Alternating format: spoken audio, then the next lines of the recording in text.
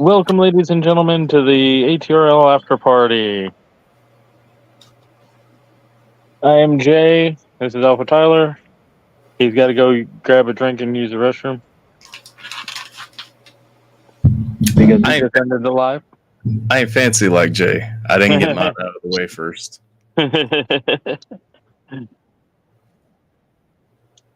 Yeah, I didn't get to hear the ending of the program, but I listened to about half of Average D, and then I had to cut out to go use the restroom and get a drink and get this set up. I just ended the way I always do. I said Jay sucks. Fuck him and his stupid ass, and that was it. Welcome, Loki, Jason, and whoever else is here. All right, I'll be right Feel free back. to hit the link. Go ahead. Feel free to hit the link if you want to join.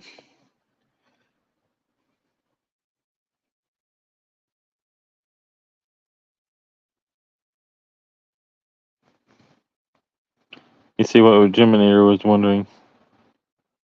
Oh. Yeah, sorry. I typed in Alpha's chat that I was going to be a minute, but a lot of people didn't get that message, I guess.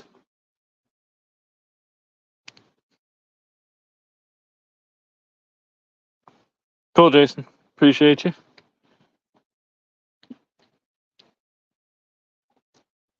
This is the official ATRL after party, and my channel, I do a live podcast weekdays, usually around midnight, 1 o'clock, midnight Central, 1 o'clock Eastern, that I call the Boredom Podcast because I'm bored and I go live.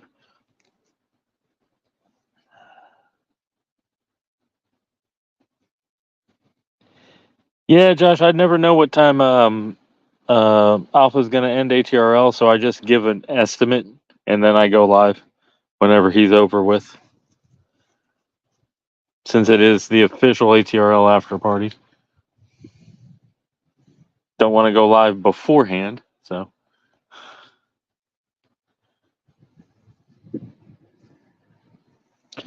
Any questions or anything y'all wanted to ask, just go for it. Ask. And don't typically play music on this. It's usually just a wind down. We talk a lot of shit and have fun. But if something pops up and Alpha wants to share screen and play something, then he's got that opportunity too. I'm not able to because I'm on my phone. So if you ever wanted to jump on a panel and see what it's like, this is the best time because I'm a small channel. There's not a lot of viewers, and we can help you out with showing you the ropes on how to do all that. However, I usually only let people that I know up, but Josh, I've seen you around, so I'm pretty familiar with you. Just like Jason and Loki and Alpha, I'm pretty familiar with all them because there's some people out here that want to try to troll and be funny and get people's lives shut down. So that's why I have that standing rule that it's got to be people that I know and I've interacted with and trust.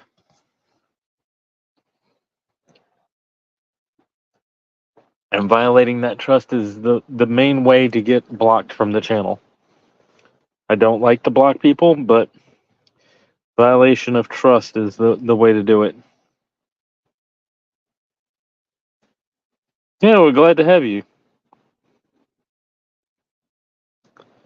And we're all about the positivity.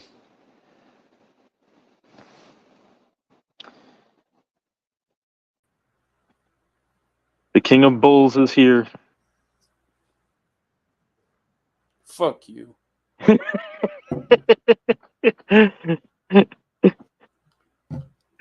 Can't make a joke. You can't make a joke like that and then immediately say we're all about positivity. There's nothing negative about that. You're the King of Bulls. I didn't say how you were the King of Bulls. I just said you're the King of Bulls. So there's nothing derogatory to that. Yeah, it's very derogatory. Only if you take it that way. Yeah, you know what? I'm not a bitch, so you know what? It's all good. Right?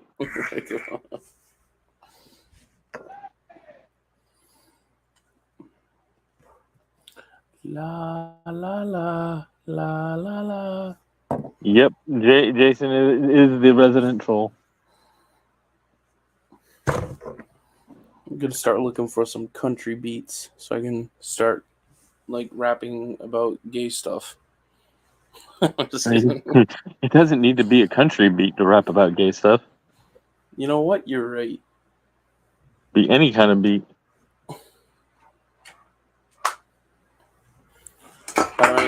But I make the most offensive shit ever.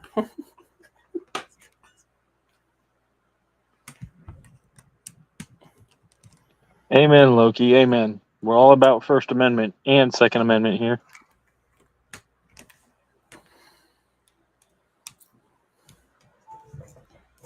Because we protect Oh, the 1A with the 2A. it's a thing of beauty. Mm-hmm.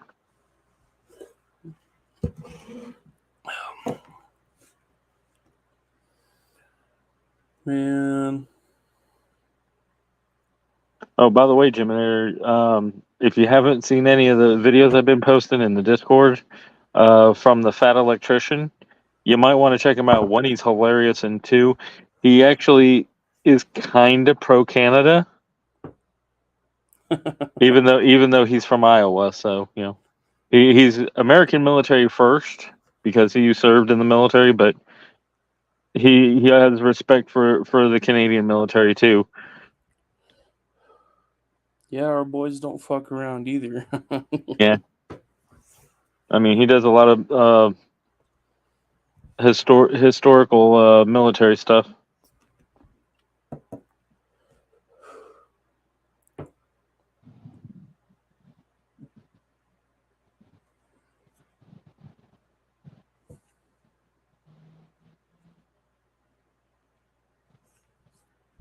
That's fine. All good, Josh. Hey, take your time with that, bro. Yeah.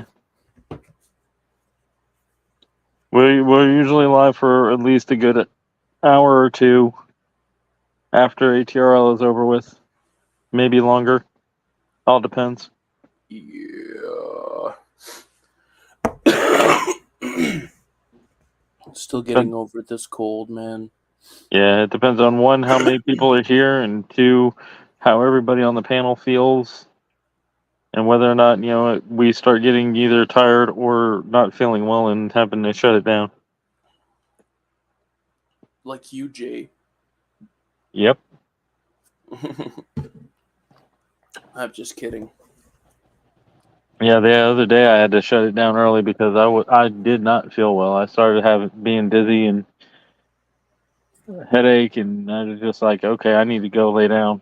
You been sleeping well? On and off. I mean, last night I slept well. The night before, I don't think I did. That was, I think, when I did the live. Was the night before the live? I wasn't feeling well. Mm.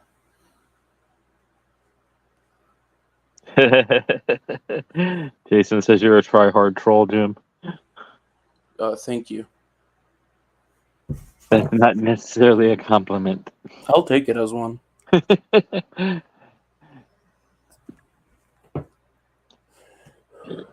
Jiminy's like, it's close enough to a compliment coming from Jason. I'll take it.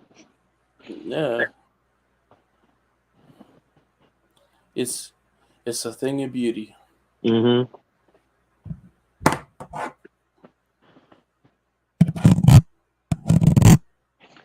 I need to find a ride to a store soon to get cigarettes, but my folks aren't going to do it because they don't want me smoking. Hey, stop smoking cigarettes. I'm just kidding. I won't tell you what to do. Good, because I was about to tell you, don't you fucking start. Y'all bitches conspiring about Nothing. Everything. nothing. We're plotting world domination. Well, if you're called- planning, I called Geminator the king of bulls when he came in and he got offended. I was like, it wasn't a derogatory term, unless you take it that way. I'm not surprised Jim gets offended easily. I mean, he's Canadian, so. Jay, tell him what happened after. You know how I wasn't actually offended, and I said it was a thing of beauty. Uh-huh. After it was explained to you. Jay wouldn't lie to me. Nope. What's up, boys? My pants aren't on fire, and JJV said he's going to join as soon as he clocks in. So he's probably on his way to or in the parking lot at work right now. Looking for a death certificate? Dang. Yeah.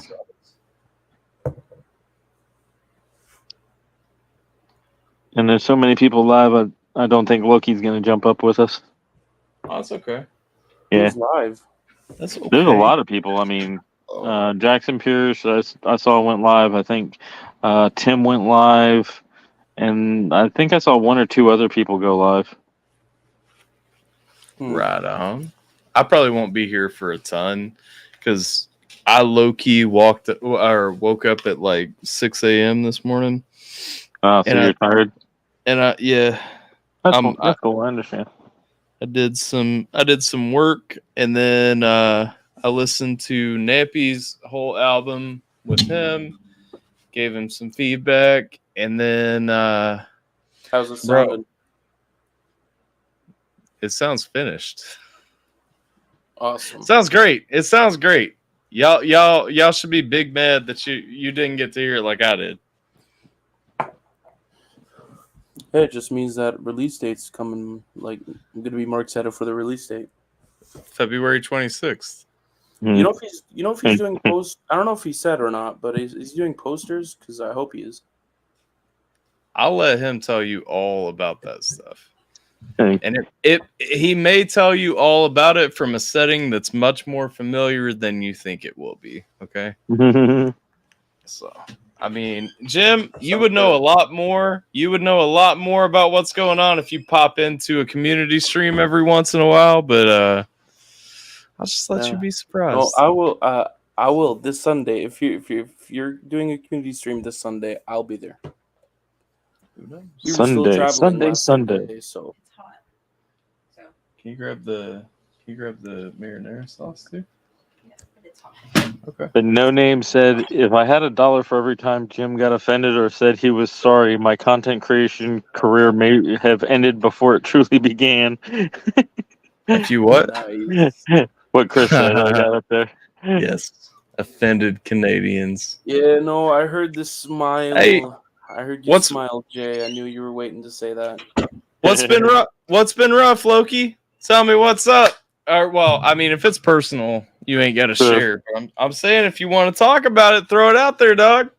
I'm sorry to hear you've had a bad couple of days. In any case, did you grab? Same here too. Are you bringing cheese dip? Yeah, just bring me one when you do that. All right.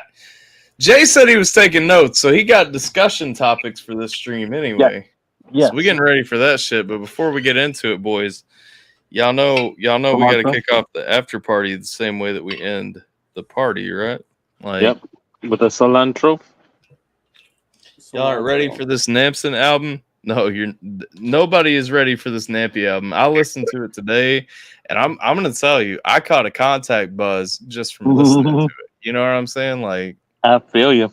Cilantro, though. Cilantro. Let's go. Lame. It's all I got. It's all I got. I'm drinking.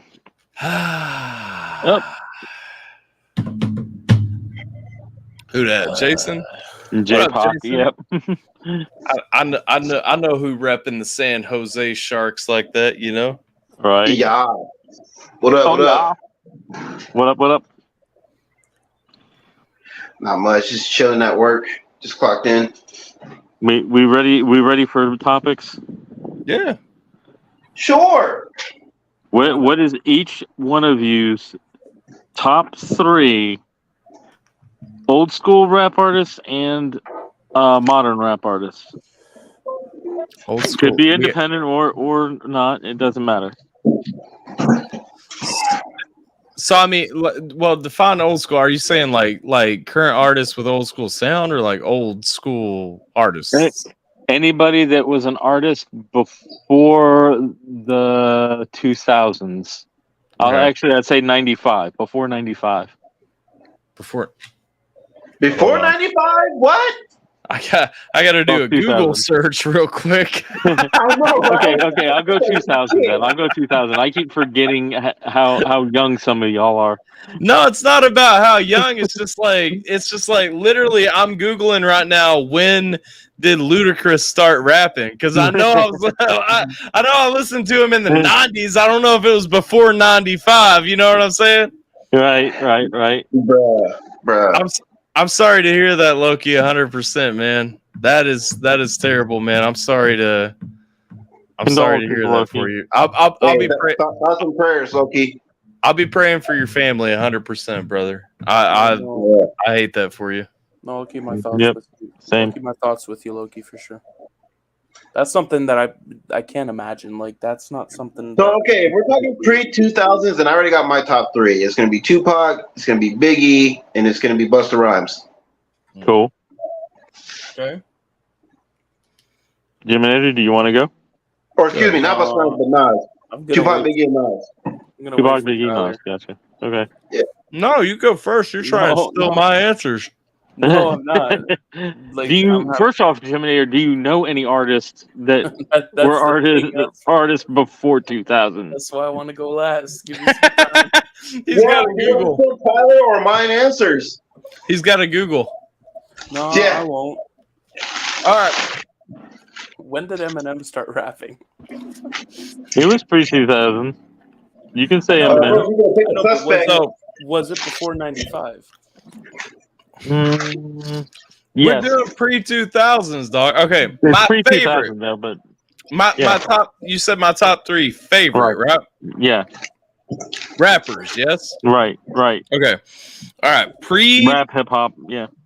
Pre-2000, my top three favorite would be not I'll give them in order. Eminem, Jamie Madrox, and fucking Jay-Z. Cool.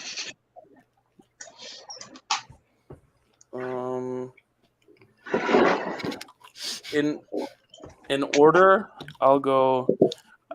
Okay, rapper, or can it be a group of rappers? It can be a group of rappers also, as long as they all rap. Okay. I specified for a reason. Well, if that's allowed, I'm gonna go Eminem, Wu-Tang, Ice Cube. Okay, and then for me, it's LL Cool J, Run DMC, and Beastie Boys. Okay. Jim,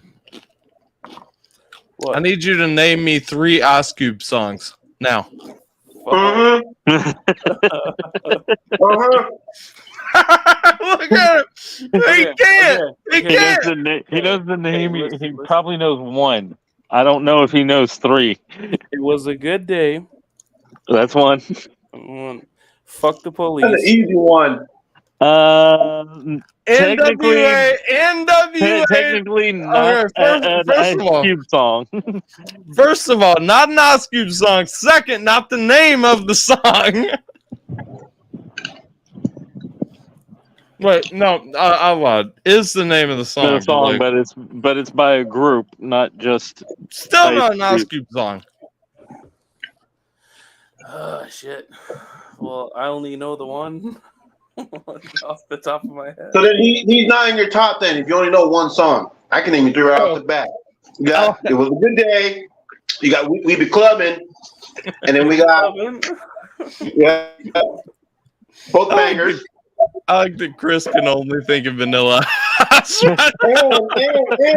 for number 3, we got Natural Born Killers. Right. All good choices. I mean, I would have taken any 3. I just wanted Jim. Yeah. Jim said Ice Cube was in his top 3. I just wanted 3 songs. You could have given me anything. America's Most Wanted. You could have given me new shit. You know what I'm saying? Like just give me 3. You could have given us hip hop made me do it. I love Ice Cube, not in the 3 that I'm going to mention, because specifically to my favorite 3 pre-2000s, like he's just not one of my favorites. Just like Luda doesn't technically make it into one of my favorites, but like Ice Cube and Luda were 2 of like my first like favorites. You know what I'm saying? Like, so shout out. My 3 were the most influential on me. Who got?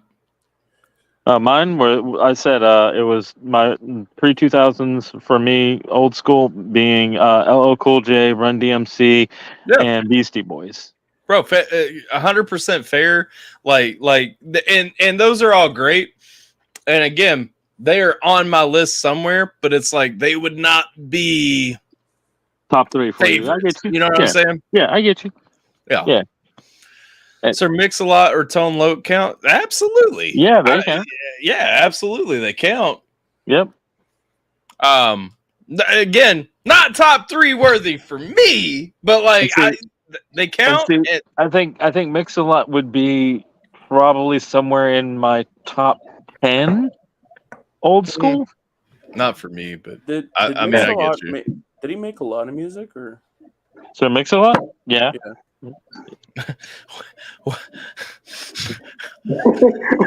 Tyler was losing shit. What the fuck did you just say? I think it's better that I just leave. Now, in Jim's defense, off the top of my head, I can only name 2 Sir Mix-a-Lot songs off the top of my head. I can't even name 2. How many can you name? No problem. What even is it called? Just start going. I know the song. No, you don't. I know the song. I just don't sing know. Sing the song for me. Let's go. Nah. Yeah, give a line in the song. That way we know you know what you're talking about before I name the 2 I know. Yeah. Baby got back. There you go. Jump on it. Oh man. Well, I didn't think Jump On It was Mix-a-Lot. So Mix-a-Lot Jump On It I thought was that's Apache. Yeah, Apache by Sugar Hill Gang. But what? the other Sir Mix-a-Lot song that I remember is Buttermilk Biscuits. Sir Mix-a-Lot got a lot of shit. Okay, he does. Yes. Let's settle it there. Here's the thing. Here's the problem where you put the top 3 before 2000 though.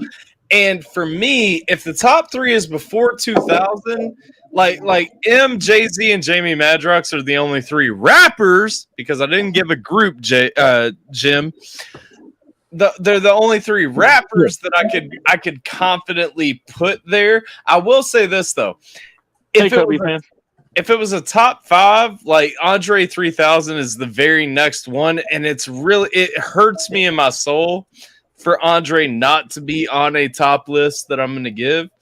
Shout out to Outkast. Outkast is phenomenal. Phenomenal, yeah. But it's like really pre-2K. Eminem is number 1. Jamie Madrox for me personally is number 2, and then Jay-Z is number 3. And I'm sorry, I think Jay-Z is a shit tier human being, but he's still one of the greatest rappers of all time. And if you say that he's not, if you say he wasn't influential in hip hop, if you say he's not a fucking king in hip hop, you're retarded. He's not. You know what I'm saying? No, you're. Well, I mean, you can say he's not. You're wrong. He's not, and fuck you. He objectively is. There's no Kanye without Jay-Z. If you think Kanye has impacted hip hop at all, then there you go. Right. And there's no Rihanna.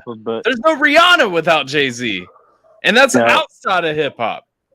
Someone else would have got picked up by somebody else if he wasn't around. No, who? Oh, dude, are you kidding me? With Kanye's talent, I mean, he would have got picked up easily by anybody. Arista Records, Priority Records. Watch his documentary on Netflix and tell me that, because he was getting ignored by everybody in Chicago until he went to New York and worked with Jay-Z. Oh, then he would have built his own empire. No, he wouldn't have. From what? Yeah, he would. He was a college dropout. The only thing I could think of it is if he hadn't gotten picked up the way he got picked up, Bro, Def Jam would have got him at some point. Until Jay-Z paid him, he had nothing. Like literally Kanye. Okay, at one point, Jay-Z had nothing as well. So how did he build himself up? How did he start? Absolutely, but you can watch Kanye's documentary on Netflix right now, first-hand account from day one, and you can see like he was getting shit on. Like dudes were using his shit for free, like reusing his shit for free. Kanye, he would have came up regardless, bro. If Jay-Z can do it, Kanye can do it too. I mean, they all had talent, but at the same time, it was also a different time frame than it is now, and they might have had to pay dues for a whole lot longer than they did before they actually made their come up. That's like saying if Jay-Z could do it, my cousin Joe can do it, and my cousin Joe ain't gonna do it. You know what I'm saying? Like realistically, like he just ain't. Right.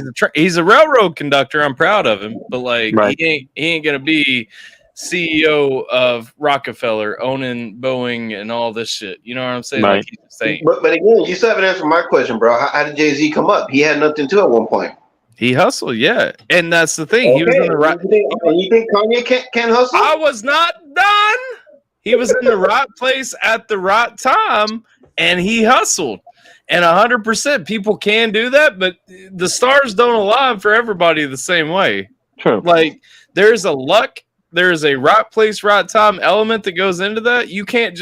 I cannot just replicate what Jay-Z did, or I'd be selling everybody fucking Coke on the block right now, waiting for my Jay-Z come up. You know what I'm saying? Right. Right.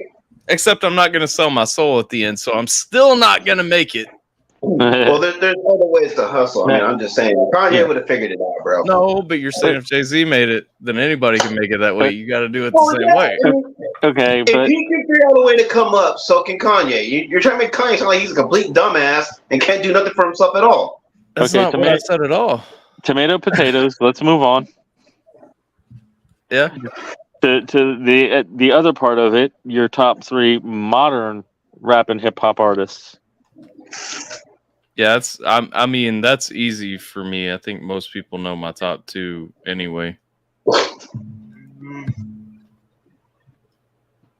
See, top 3 modern. What do we consider modern though? Like started after 2000? Consistently putting out music to this day. Okay. Well then, I'm going with Mises, Jamie Madrox, and Burden. Cool. no shame there. I'm going with Upchurch, Twisted, and I'm going with for my number 3. Fuck, it's a tough one. I'm gonna say Crucifix. Cool. Jay, we know 2 of Geminators. Yeah. Jay, you go first, man. Well, okay, I'll go first, Geminator. But my top 3 are Mises, Bliss and SO, and Crucifix, not in any order. They're like all tied for the top position. Wait, are these independent artists or just big artists? Any modern. So put your drama B's and your fucking modern. Jake Hill and Josh Hayes. Jake Hill's in there. Yep. Everybody. That's why I said I know at least 2 of your top 3. He gonna play like Jake Hill ain't on it. Right. Nice, Chris. Is it still just That's one artist? list. Is it still one artist or group? No, you can put group in there because Jason did Twisted. Okay. I will say my very favorite artists right now are Smokey, Namson, and Bad Omens. Bad Omens isn't rap. Shit. He said rap, dog. Jesus Christ, Jimmy there. Well, yeah, I asked if it was big artists. I said rap and hip hop. Hip hop. Shit. Well, Namson doesn't do hip hop anymore, and Smokey. Yeah, he does. Well, What? he's rapping I mean, hip Yeah, hop. he still does. I mean, isn't his stuff fall under alternative or something? I don't know. No, It's still hip hop. See, you don't know Nappy very well now, do you? If Nappy ain't in your top Well- 3, it's okay. He ain't in mine either. I didn't know. right. I hardly knew Namson before he deleted all of his music, so I've never really heard any When of you his were first hip-hop. introducing Namson, though, you heard him rapping, dog. Don't play. Because I was there. but Let's see, he's got 3 songs You're- right now on on Apple Music. you I don't love- have to justify your opinion, Shiminator. You just have It to have does one. fall under hip hop and rap. Okay. Yeah. Well then Namson. Yeah. Namson. Okay. The one that I I hardly listen to hip hop anymore. I just the realized. the one that you had to get rid of was Bad Omens. Yeah. And That's okay. Smokey Just doesn't put do hip-hop Josh either. and Jake Hill in there. You know you want to. No, I actually don't. I don't fuck with those guys that much anymore. Lies. No, I mean seriously, I lost a lot of respect for them. And I seriously Why? don't believe you. Hey, Sierra, top 3 rappers before the 2000s. Go. Michael Jackson. Michael Jackson's not a rapper. Try again. Randy Jackson. Randy Jackson. All of the Jacksons. Okay, stop. Top 3 rappers Oh, that's after the fine. 2000s. Go. I don't listen to rap. Back in the day, Fergie.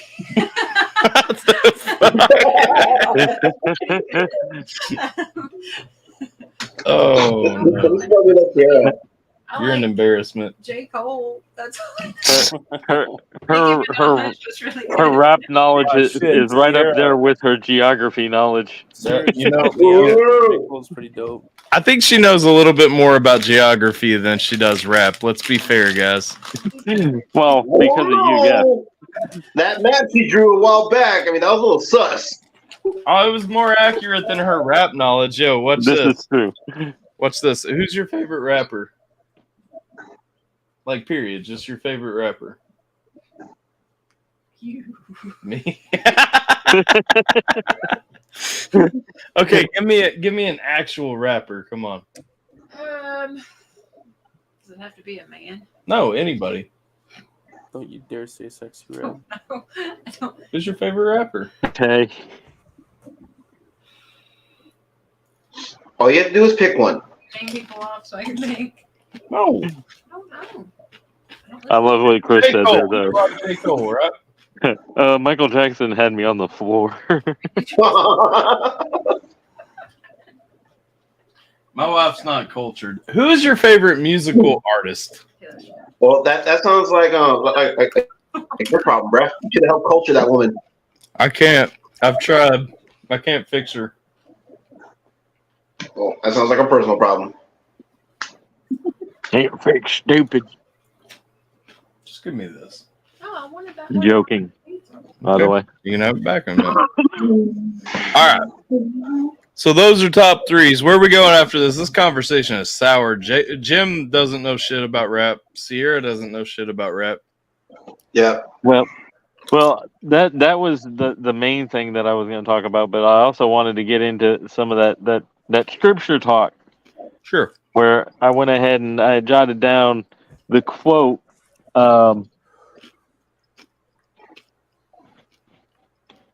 For he so loved the world that he sent his only son to die for human sin. Come on, finish. So finish in my mind, that's saying that, or in the Old Testament, yes, God could not look upon sin without smiting it. However, It's the same God. He had a change of mind when he sent So did- Jesus to die for Absolutely our not. sins. Absolutely not. Whose name do you pray in? God's. Jesus's. You pray in Jesus' name. Jesus came to the world. Jesus tells us several times to know me is to know the Father. Jesus is the intermediary. He sets himself up literally at every point. If we could talk directly to God, if we can cleanse ourselves without Jesus, we wouldn't need Jesus. We have to go through Jesus to reach the Father. 100%. And so, like, literally at any point that you look at, even if you finish reading John 3:16, if you start finish reading the rest of that chapter, John 3, you will see to know him is to know the Father. He is still our intermediary, and we still have to repent of our sins. Like, that's the thing. Yes. Are we told that God sent Jesus because he loved the world? Absolutely. And I 100% believe that. But love does not mean blind forgiveness. I love my child. I still will spank her ass if she does something wrong. Right. Jay, I want to hear But at you the same finish time, that part. like I was saying earlier in ATRL, in my mind, God has gotten more into the love No, and he hasn't changed at forgiveness. all. God I has didn't. not changed at all. Jesus tells us that multiple times. God has not changed. Like I said, it's my perception. It doesn't matter. The Bible says you're wrong. Like, I will stand on that because biblically you are wrong. The God of the Old Testament is the God of the New Testament, 100%. Oh, I Now, know that they're both the same God. It's just he's not changed over time. Time does not exist then. Like, that's the thing. Like, he does not change. He cannot change. He is perfect. He was perfect. He is the beginning and the end, and he was in the beginning as he will be at the end. okay, and then that also goes into the fallibility of God and whether or not he can be fallible, No. and the fact that if we are made in his image, we are fallible. So Yeah, you we're know, made in his Yeah, image. we We're are not. fallible, but God is not. Yeah, We are made in his image, but God is still perfect and all knowing. we're not a pure reflection of God. We're made in his image. right? Yeah.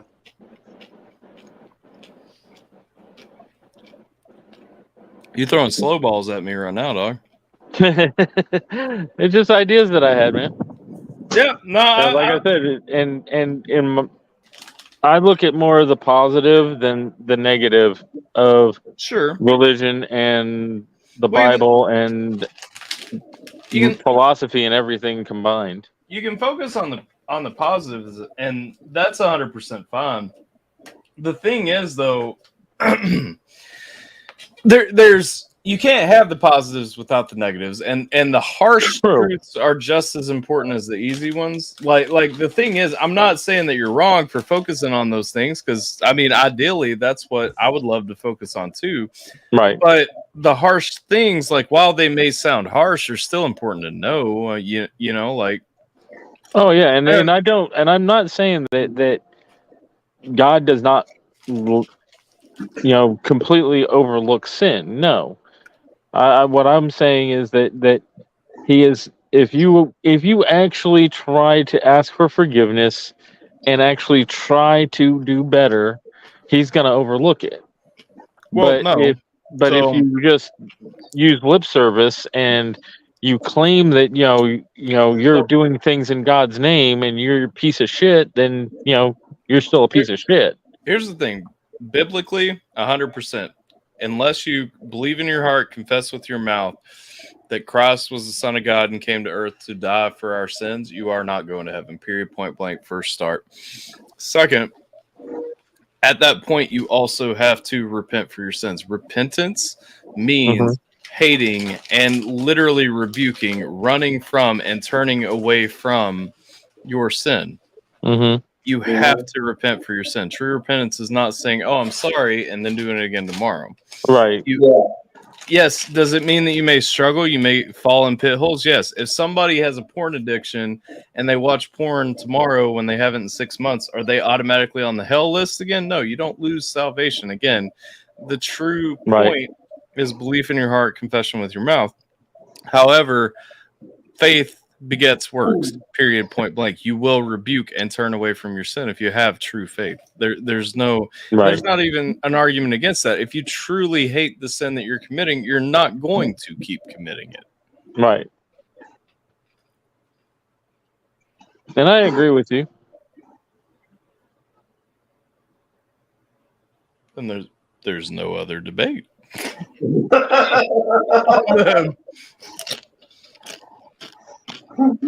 Anyway, Mandy just said she came in at the right time because we were talking Tomato, religion. potato, Jay. Yeah, I mean, I'm Andy. But no, as far as like God changing over time, God didn't change over time. God is exactly the same in the New Testament as he is in the Old Testament. That's why Revelation exists. God can't look upon sin without smiting it. He never has. He never will. We have Jesus in the middle now. That's the difference.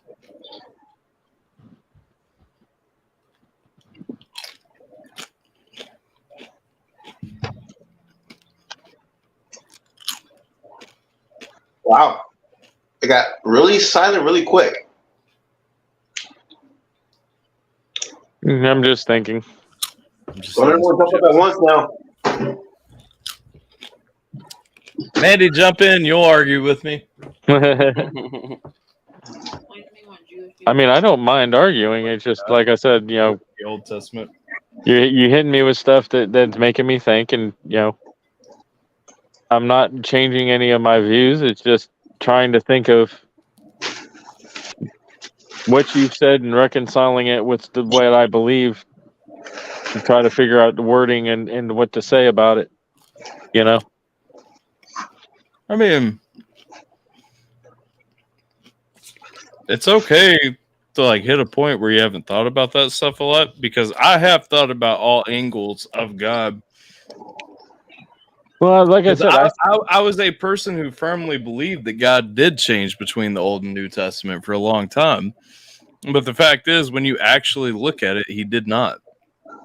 But see, that's where my philosophy and thoughts differ. Okay, but Because then give me a specific answer where you think that God reacted differently in the New Testament than he would have in the Old Testament. Look at Sodom and Gomorrah. Look at Lot. For disobedience, while Lot was leaving Sodom and Gomorrah, for his wife looking back at the city while the angels were destroying it, God turned Lot's wife into a pillar of salt and destroyed her. God smites sin when he looks upon it. In the New Testament, how many times do we see God looking down at the earth? He doesn't until he smites the earth in the book of Revelation. The New Testament is about Jesus. That's why Jesus tells us to pray through him. To know him is to know the Father. To go, the only way to the Father is through him. It is a new covenant. We are breaking the old covenant, the old blood offerings, the old burnt offerings. To get to God, to repent of our sin, we go through Christ. If you're a Christian, if you're not a Christian, fine. Don't listen to me. This is not applicable to you. If you are a Christian, you believe in the true Son of God, and you put your faith in him to be your intermediary to God. Right. And I mean that's literally where it lands. We don't see God acting different in the New Testament. Well, you do to a degree, like I was saying, because like things you pointed out, like he said, don't look back at Sodom and Gomorrah, and he turns what's her name into salt.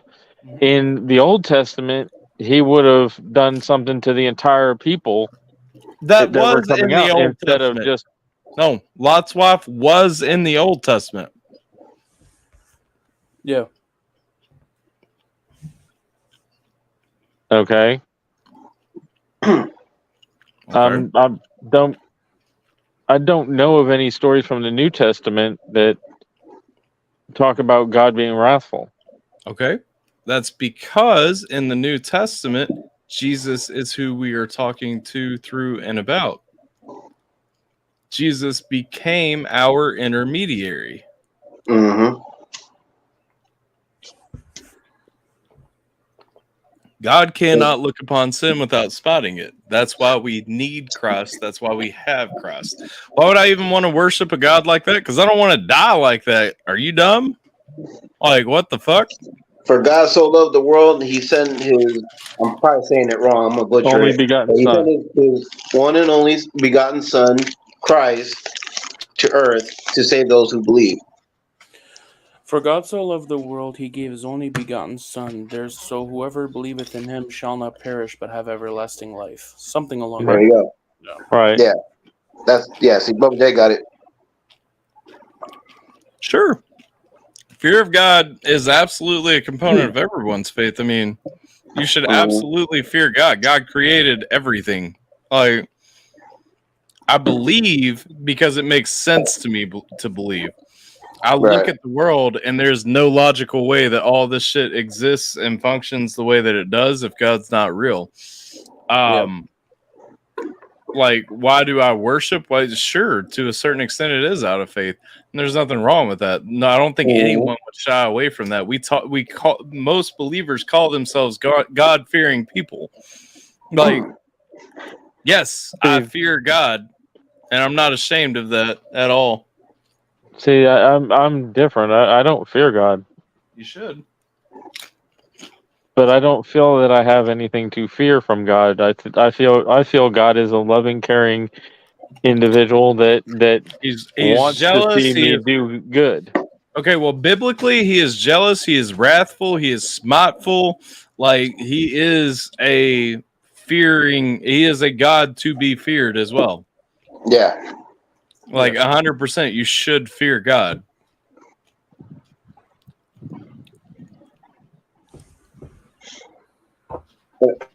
Well, like I said, God has compassion. I also feel that because he is our heavenly Father, he should always be, and if you believe, he always remember too that he should be loved and respected for who and what he is.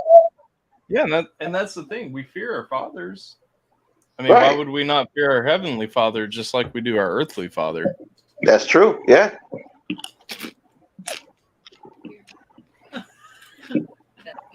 See, I don't necessarily fear my father. I fear mine.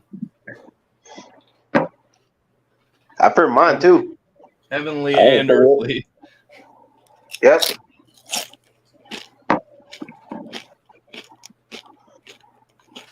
Life is easier when you don't believe. I mean, I disagree. It would be harder. It would be harder for me not to believe in God than it is to believe. So I really do honestly and sincerely disagree with you there. Yeah, I think life is easier when you do believe. Yeah, it just makes more sense to me that God is real, you know? Yep. I feel that 100%. Yeah. And I'm happier thinking about what comes next, knowing that God is real, knowing that I have the faith, and knowing that if there was some like wild offshoot chance that I'm wrong, then so be it. I'll never know. Yeah. I'll never know. I mean, none of us will ever truly know until our time comes. Yeah, the way I was always brought up is there is no harm in having faith in God, because even if there isn't a God, then when you die, you just die happy because you had faith in God. So what's not a choice? What do we mean isn't a choice though? I want to know that. You can go ahead, but I was just gonna say, and then if there is a God, because you've had faith in God, then you will be saved. So it's like a win-win. Yeah, but I like I'm trying to that's a good point, Jay. But I'd also say that you're not supposed to base your faith on a what if, like you're not supposed to, but there are some people that have to believe that way to reconcile it in their own head to come to God. Yeah, no, yeah, and like I said, I understood. It's like you gotta. Not most wars. That's exaggerating. Few wars in other countries, like I mean, you have wars, like you had the 6-Day War against Israel, where all the border nations attacked. That was a religious war, I guess, primarily. You have what's going on in Israel right now. I guess that's over religion. Most wars are not over religion. Well, I mean, the Crusades also, but that's only 3. There's the Crusades. So but the Crusades weren't over religion so much as Jerusalem. Everyone, it was over land. Different religious categories wanted control of Jerusalem because it was their holy site. Right. But it was still people fighting over control of Jerusalem. It was not the religion that dictated, because honestly, you can't show me a single place in the Bible or the Quran where Jerusalem really matters that much. Other than the birth of Christ.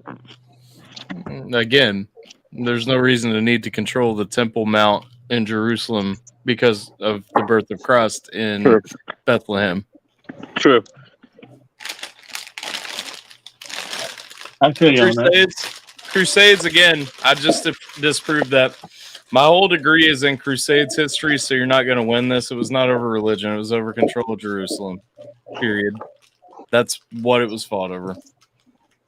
I have books that are original documents from the Crusades that, like, I can show you. It's not over religion. Lines in the battles were drawn over religion, but it was crusading armies on both sides. It was not over religion.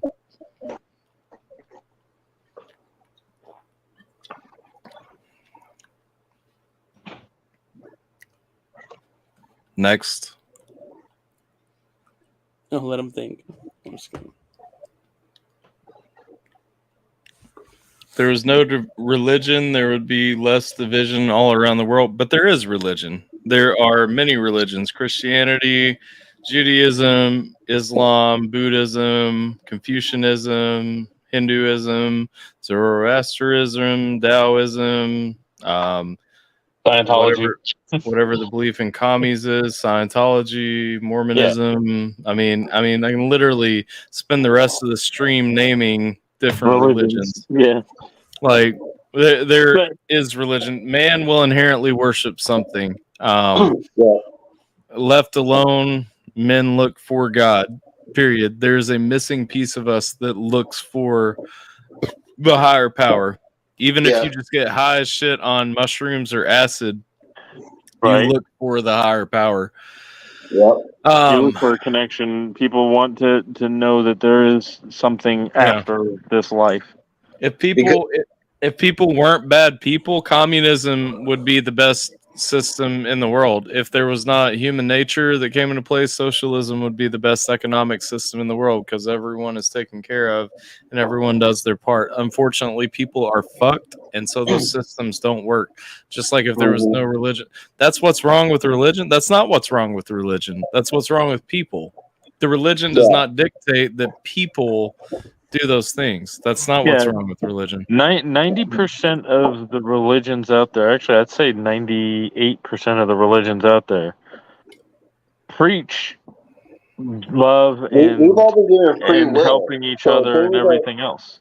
No. Yeah, we got to remember too. We've all been given free will, so all the bad things that are happening from people, that's because of the decision that they make as individuals. Yeah, I mean, that's not on the religion. I'm sorry.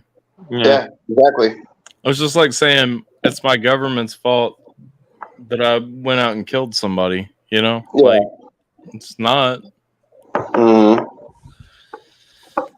It's still my decision. Like when some people blame Trump for all those times when the cops kill, someone who's resisting arrest or whatever. They're saying, "Oh, it's President Trump's fault." No, it's not. It's that person's fault that got shot because they weren't listening. They weren't complying.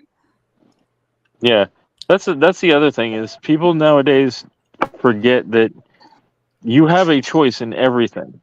No matter how bad your situation is, you have a choice to either stay in that bad situation or get out of it. Now, is the way to get out of it going to be hard and a struggle? Yes. But if you truly want to get out of the situation you're in, you can get out of the situation. Facts. So, she said, so the world would be better off without religion. Here's the thing. The world would be better off without free will, without individual choice, without corruption, individuality in general, without whatever. There are a lot of ways that if we were envisioning a perfect place, because the fact is, it's not that it would be better off. You're saying this in the context of you're saying it would be better off if people didn't believe in God. You don't have an issue with religion because you don't have an issue if somebody idolizes a singer or something like that, which is a form of religion in and of itself, if you think about it. the fact is, you're talking about specifically the worship of God. That's fine. God dictates what good and evil is in the world, though, because he created the world and is good, and opposition is evil. And so, in that sense, to say that the world would be better off without God is wrong, because you are literally taking the definition of good out of the universe. Now, to your point, what you're saying, the world would be better off at surface level if you just take it as the world would be better off without religion. Sure, the world would be better off without worship. It would be better off without the need for gas to drive a car. It would be better off without a sun that's going to blow us up in a few years or something. It would be better off without, snakes military. that are venomous coming to bite us. It would be better off without oceans that can drown us. It would be better off without militaries that could shoot us or invade us. It would be better off without nuclear bombs. It doesn't matter. You can add all these things. We don't live in a perfect world. We live in the world that we live in with parameters that have been dictated to us. Good and evil exists. God dictates good. Evil dictates the opposite of God dictates evil. That is my reality. That is the world that I truly believe in. God is good. God is real. I'm sorry if you don't believe that. You're not going to say, though, that the world would be better off with religion, and that's just going to make it go away. It won't go away. And even if it did go away, human nature dictates that people are going to find something to fight about regardless. You said it would be better off without humanity, period. That's fine. Then the monkeys and the gazelles and the lions would all find something to kill each other over. Lions kill each other to be the leader of their pack.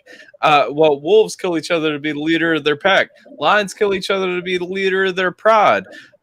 Deer in the woods lock horns and beat the shit out of each other until the alpha male is established. Like, literally every species in existence that exists kills for dominance. So the world would be better without humanity. Okay, well, next the world would be better without lions and tigers and bears and wolves and even down to like it would be better without ants, because again, there's a queen with ants. They have an established hierarchy. They kill each other they all serve their queen, and then they, how's that proof of evolution? That makes no sense. Don't say nonsense. We're having a serious conversation.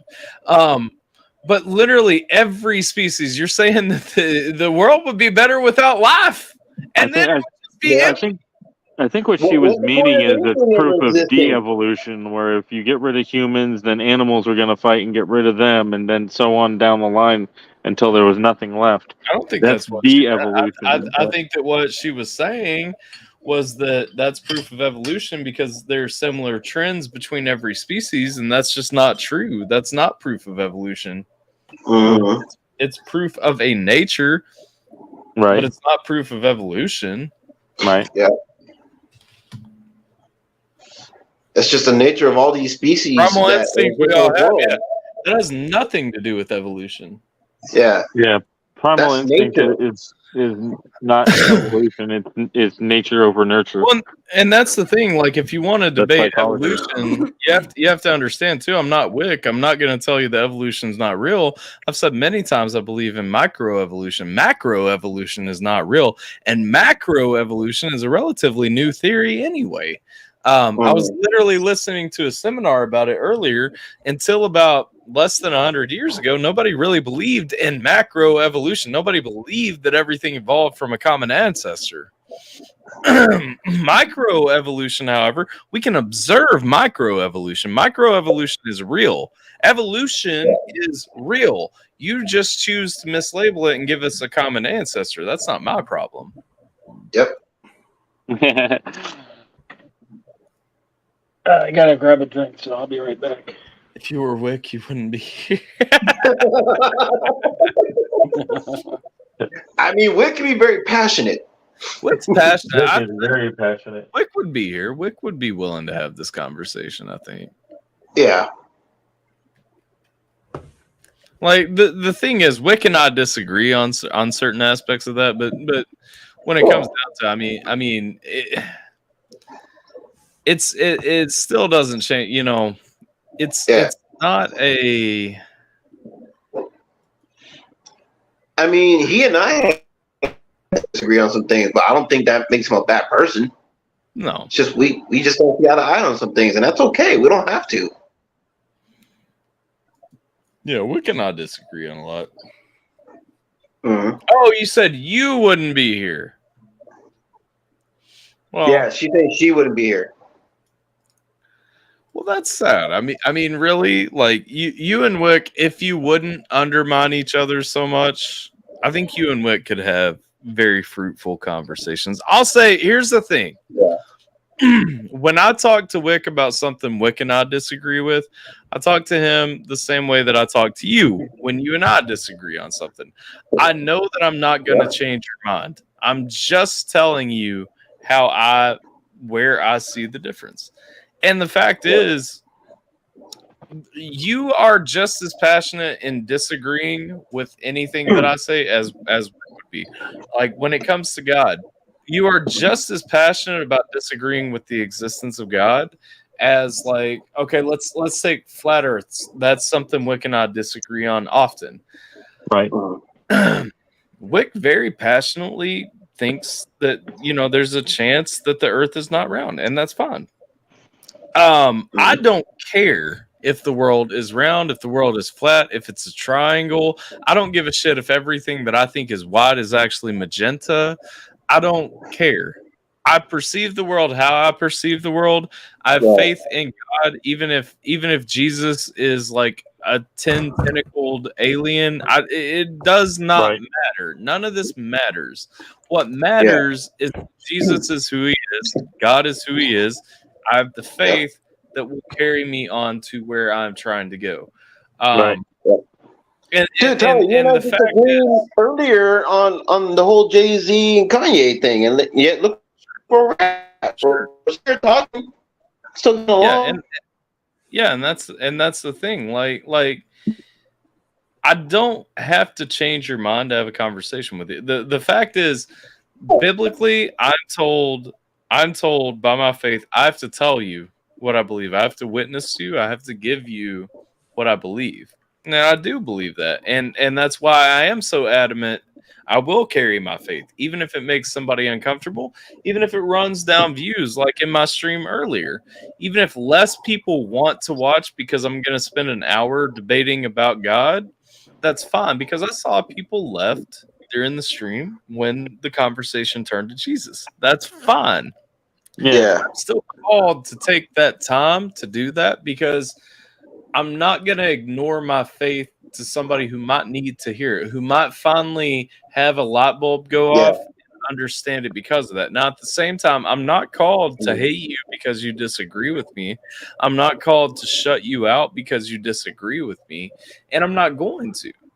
Do I still think that I'm right and you're wrong? Absolutely. In my heart, I believe I am right and you're wrong. I believe that it is evident to me that I'm right and you're wrong. Like, I just don't feel the need to say that to you. You know? And it's why me and Alpha have these conversations, is because we both know that the other is fully confident in what they believe in, and we're not out to change each other's mind. We're out to have a conversation so that we understand how the other thinks and how to clarify. To give each other perspective. To clarify, I would like to change everybody's mind that I talk to. I wish that everyone would listen to me, because I truly believe that I'm right. No, but I agree with you. I'm not going to beat you to death or hate you because you don't agree with me. I do want to save yourself. Mandy, I promise there's nothing more that I would love in this world than to see you go to heaven and spend eternity making fun of me there. You know what I'm saying? Like 100%. I want to see your soul be saved. I wouldn't save it, but you know what I'm saying? Like, I do want to see your soul be saved. I want to see everybody's, because genuinely, it's just sad to me. Look at this. Like throw any scientific thing that disproves religion to me, and I'm going to tell you why it doesn't. Like, if you want to throw up the Big Bang, okay, God is why, science is how. If you want to throw up the Big Bang, God spoke the universe into existence, right? And we know that is a foundational belief, because literally our language hinges on the fact that universe, one verse, one word, God spoke the universe into existence. At the foundation of our fucking language is God spoke the word God spoke everything into existence. What does that look like, though? Yep. How do we as humans interpret that? We would see it as a Big Bang. If everything came out of nothing from God, it still looks like the Big Bang. Science is not in contradiction. Again, if you want to go to string theory, everything came out of nothing. It has to expand, it has to retract, right?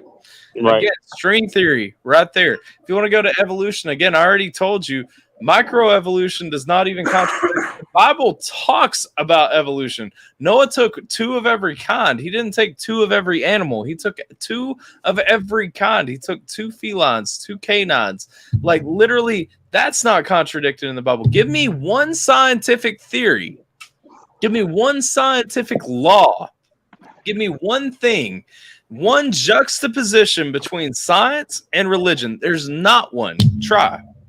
Right. Mhm. I agree with you on that one. Common sense. I disagree. When I look at the world, when I look at how my lungs function, the fact that a dog's lungs function the same way, but a dog completely exists absolutely differently. When I look at the fact that I breathe in oxygen that trees create, and I breathe out carbon dioxide that trees need to survive, the fact that we have a symbiotic relationship with plants, the fact that we need water and it's so abundant, when you look at how the world sits and everything sits on it and coexists, Right.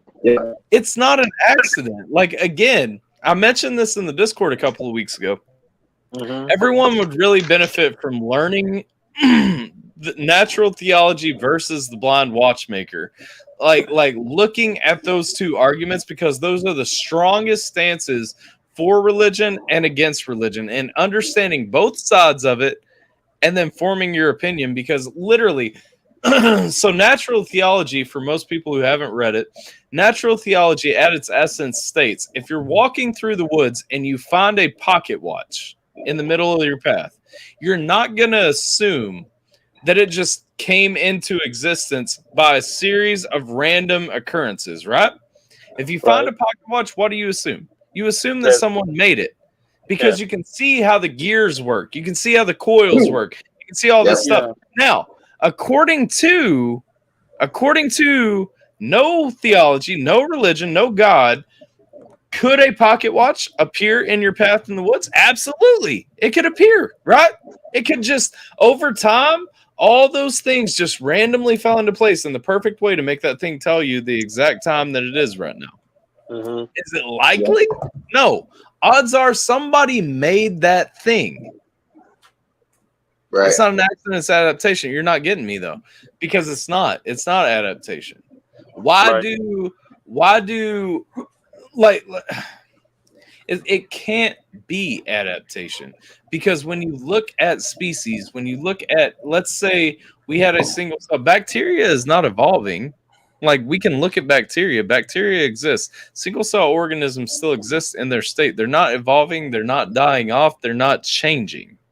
You know what I'm saying? And yes, there are slow changes. There are slow changes between kinds. You can't find a link that puts us all to a common ancestor. Literally every tree that you go down, you do not have the links to show that there are a common ancestor between any 2 kinds. If you go to kinds, viruses change. Absolutely, viruses change. They adapt. I already acknowledged microevolution, and in the same vein, I will acknowledge adaptability of viruses and stuff. Yep. Viruses absolutely change. Just like just like someone who lives in an Arctic climate is naturally, generation after generation after generation, is naturally equipped differently than I am, being from a humid climate that I live in. However, Me and you. we're still humans. Yep. We're still at our base form the same. Yep. You did that on purpose, didn't you? No, I'm not talking. I wasn't even talking about you. I was actually thinking about Eskimos, and then I remembered that Eskimo is a term that you're not supposed to say anymore, and so I stopped myself from saying it. Microevolution is the same as macroevolution, though. It's not, though. I'm just messing with you. Microevolution is completely different than macroevolution. Macroevolution makes the leap to say that we came from a common ancestor, which there's no evidence of. Microevolution says that several common ancestors exist for different species, in which case we can visibly see that is the case. Again, you can look at breeding criteria. A cheetah and a lion, I don't know if they can fucking have a kid. I don't know. I know that a dog and a wolf can. I know that a dog and a coyote, a wolf and a coyote, inside the canine sphere, subspecies can mate and have offspring. Absolutely. Those are inside cons. However, a cheetah, let's say a tiger and a wolf cannot mate and have offspring. Even if we go to our closest ancestors as humans, we cannot mate with a ape, with a monkey, with a chimpanzee. Like, we cannot have an offspring with our closest ancestor. Out the gate, macroevolution makes no sense just on that premise. I got a question. If we evoluted from monkeys, then why are there still monkeys? Evolved, sir. Well, no, that's the thing. Like, okay, so it's undeniable that dogs and coyotes would have evolved from wolves, and there are still wolves. That's fine. Like, again, if you look at a dog and you look at a wolf, like, dogs are domesticated wolves in their essence. Right. Like, that's fine. That's where we get a common ancestor. But so we can see that there are common ancestors with the ancestor still existing. That's not what I'm trying to disprove. That makes no sense. But if we still exist and monkeys still exist because they were in different climates, different situations, and all that, they adapted. Right. Yep. The problem is there's no continuation. There's no way that we came from monkeys, like, period, point blank. That's just not what happened. You can see that in our genetic profile. Look at it over billions of years. First of all, personally, I don't believe that the world is billions of years old. That is irrelevant to the conversation that I'm having, though. So I don't want you to use that, but you will use that to say that I'm just not looking at it over the grand scheme.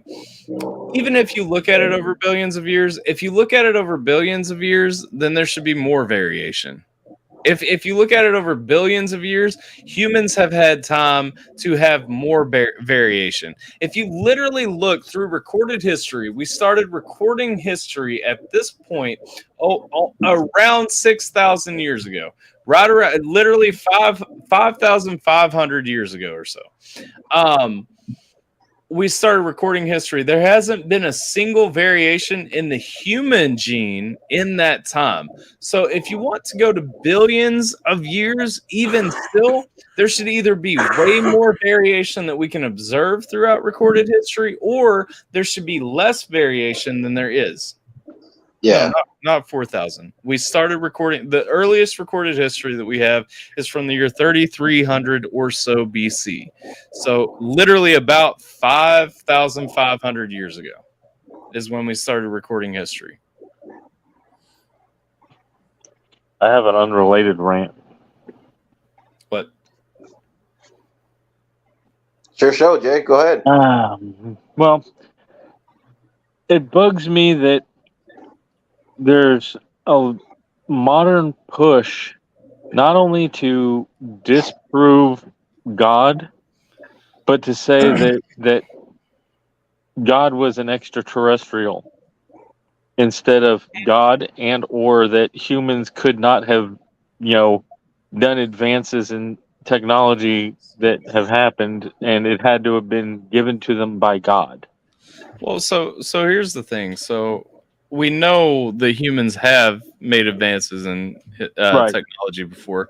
We know that Sodom and Gomorrah had technological wonders. We know that if we believe biblically, we know that the world never will have more than it ever had. So we have had technology in the past.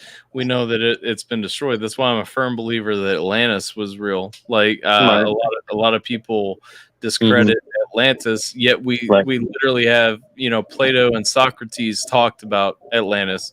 Yeah. Other civilizations have talked about Atlantis too. Yeah. So I mean, we know that technology existed in the past and it was destroyed. I mean, and Right. 100% if you believe in God, then that makes sense. Right. Because we can find those stories biblically. But the point on that, is it a modern push? I don't think it's a modern push. But here's the thing: extraterrestrials means coming from the heavens, coming from space, which is the heavens. In the Bible, the heavens. Mhm. Bible literally talks about lower heavens being the air, upper heavens being above the air.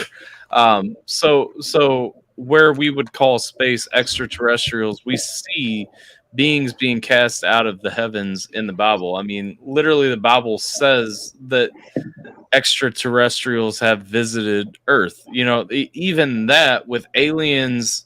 You know, if you think of them as fallen angels, if you think of them as demons, then Mhm. biblically, what you are seeing has to exist.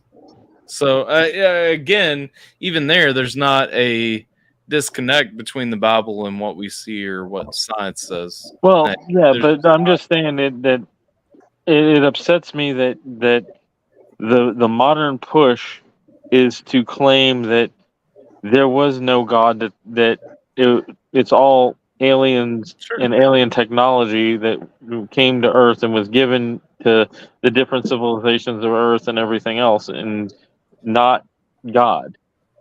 You know, that's part of what I'm getting at is, like, you know, the Ancient Alien show and other things like that seem to Sure. be a push to make people believe less in God and more in aliens.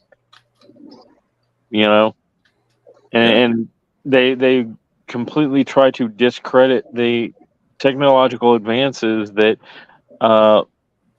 humans have made over the years, and claiming that, you know, humans could not have come up with making things like the pyramids and things like that, that it had to have been extraterrestrial aliens with technology that we don't have. And I'm like, no, it's been shown how these things were made over years. I will say I fact checked you because you tried to tell me that the other day, and I said I thought you were wrong. I looked it up. We have not been able to replicate how to make the pyramids. I mean, it's just what I remember being taught in school. Yeah. That they But- took the stones and put them on logs and rolled them to rivers and, you know, shipped them down the river and all we that. all went to school. We all got indoctrinated. Yeah, I did look that up when we had that conversation that day, though, and Mhm. we have not been able to replicate with their technology how they made the pyramids. But again, that goes back to the fact that there's lost technology in the world. I Right. mean, period. Right. Like Yeah. it's just we had technology in the past that doesn't exist today. Right. And there's probably a reason for that. Yeah, absolutely. I mean, we can look biblically. The Tower of Babel, Right. all the nations or all the people came together to build a tower to heaven to rival God, and so the people were cast down and spread into all the tongues and all the nations. Like, Right. Stop looking. Yeah. Let's talk So, about. I mean, that was just the tangent that I was on. Is like that's one thing that constantly aggravates me about modern society, is that people are more willing to believe in aliens than God Sure. existing. You know, and it's like, okay, why do you have this need to? Well, that's the thing. It's like it's crazy to believe that we have a creator, but it's just a given that there's life somewhere else in the universe, right? Like, Right, exactly. And you know, why must they be so much more technologically advanced to create us than the fact that, you know, God created extraterrestrials as well as us, and it's just some were made before us and some were made after us. Sure. Yeah, I Yeah, don't really understand like hardline believing that one is an inevitability and the other is impossible. Like Right. Yeah. that That doesn't irks the make hell out of sense to me. me. Yeah. Well, I wouldn't even say it irks me so much as like I just there's not a coherent argument that you can make to say it. There's Yeah. not. I mean, there's really not, and I'm not even trying to be negative to somebody who disagrees. It's just like Right. you think it's a given that like, and here's the thing: even if life does exist somewhere else in the universe, in what Yeah. like in what way do you think that they've advanced their technology so much that they could have found us and traveled to us? Yeah. Yeah, Like and or came here and created us because yeah, they think that we're descendants from them. it's like what was shuttle to Titan. Hold on. So to one of Jupiter's moons, Titan. So the shuttle to Titan, what was it? Can't remember. Hold on. Titan. As far as the whole, people trying to disprove the existence of God, I mean, I don't think that's something that's only been around during modern times. I mean, I'm sure for as long as God has been Oh yeah, for around sure. during biblical times, there's always been a group of people trying to disprove his existence. Oh yeah, science has been trying to disprove God for millennia, but Yeah. on the other hand, like I said, the modern equation though is they're trying to equate I think what you're extraterrestrials as driving at being is that God. these days there's probably a bigger group of people trying to disprove more than ever. Yeah, pretty There you much. go. Yeah. That's pretty much what I'm getting at. Yeah. So, and to an extent, I can't agree with that. Right. Yeah. So Cassini is what I'm thinking about. So Cassini left Earth in 1997 and arrived on one of Jupiter's moons in. Hey, that list that you gave me, none of those are out yet. What the fuck? That was Jason. So Cassini left in 1997 and landed on Jupiter's moon in 2004. So that's 7 years, right? Yeah, I got a cop car in the background, so I'm muting. Yeah, that's fine. So 7 years to make it to one of Jupiter's moons. So if you look at the layout of our solar system, it had to skip Mars and then went to Jupiter. So 2 planets away. That took 7 years.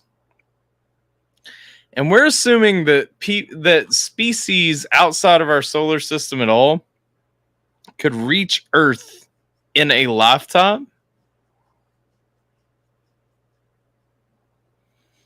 Like that's the silly part about thinking that there's life out there that's come and found us. Like, yeah, if it was on Mars as like the old theory believed, sure, maybe we could go back and forth, with Earth. But that's not the modern belief. You know what I mean? Believing that as much as I Right. believe in God. Hey, I'm saying if you don't believe in aliens or anything like that, fine. I think it's undeniable that things not from Earth have visited Earth. I think that's a very given. They could have better technology. So, but yeah, they could. But again, why do we just give it as a given that they have better technology? What if they have worse technology? And if they have better technology, why can we see them at all? Why would we even have this conversation? Like, Yeah. The thing is, yes, you can speculate all kinds of different directions. I'll give you another one. They could also just be fallen angels that God cast out of heaven.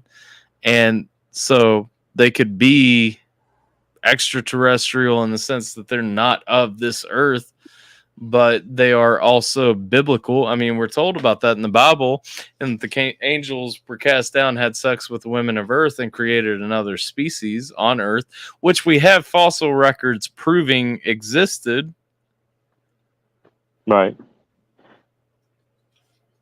And the other aspect of what I was getting at also with the whole aliens and God and all that is that a lot of people, I believe, are misinformed as to what some UFOs are, because the government's come out claiming, yes, there are aliens and there are UFOs, but what better way to keep military grade equipment top secret than to claim Sure. it's a UFO? Sure. Well, 100%. The no proof either of what? Of aliens versus fallen angels? And she was saying she was playing devil's advocate for her questions about aliens. No, I mean, you can say no proof. Now, you can see proof that giant humans existed, which in the Bible would be the offspring of the fallen angels and the humans. But again, yes, playing devil's advocate, that could also just be giants that used to exist. We have the skeletons of giant humanoid figures, though, that were much closer to humans than they were to apes, and bigger than apes anyway. So I mean, yeah, no, there's a lot of ways to play devil's advocate, and there's and to play devil's advocate also is there's an anthropologist that I watch on YouTube that claims that we do not have skeletal remains of giants, that it was all those were all fabricated, that he's gone through and supposedly debunked the pictures and also where they're supposed to be held and everything else. He can debunk the pictures. He can't debunk the fact that I mean, there's still some of them are on display at museums, like just like we have like what is believed to be a part of Noah's Ark in a museum. I mean, could it be debunked? Yeah, nobody's just disproven that. I was talking about just the giant skeletons and stuff. Yeah, no, I hear you. Believe those bones because it's in the Bible. You don't believe it. I believe in dinosaurs. When have I ever once said I don't believe in dinosaurs? Wick. That's Wick that doesn't believe in dinosaurs. 100. Yeah. No, Wick believes in dinosaurs. He just says that they were originally called dragons, and that we literally found the rabbit hole that says dinosaurs were originally called dragons. Now, do you want to get in? I'm not going to argue the point as deep as he will that we shouldn't call them dinosaurs because of that. Names change over time. I don't care about that. Yeah. Well, he's also made the argument that most of the dinosaurs are skeletons that we have are not the true skeletons, that we pieced together bones from other animals. Get it straight, Mandy. I believe that the world is roughly 6,000 years old. Not well, it is believed that when the dinosaur's skeletal system is rebuilt, it's not 100% accurate. Yeah. Well, each creature's bones, though. It's just not set right. Well, no, this is argument Wick has put forth. It may or may not. I'm giving my insight. Yeah, it may or may not be reconstructed right. That's irrelevant. The Bible talks about dinosaurs, like. All right, no, I'm not going to disprove their existence or anything. Right. Yeah, I mean to say that anyone believes in the Bible and doesn't believe in dinosaurs is silly. The Bible tells us dinosaurs are real as well. Like it doesn't call them dinosaurs, but they are there. How can there be dinosaurs? What do you mean? Oh my goodness! Go ahead and elaborate. why would that be impossible at all? I'm not understanding that line of thought either. Like, what have I said that contradicts the potential existence of dinosaurs? I guess is my question. Right. It's only 6. So what? How does that contradict dinosaurs existing? Like literally, if you look at when the Ice Age was, where are they now? They're extinct. Like, I mean, science says that alligators and crocodiles are direct descendants. Yeah.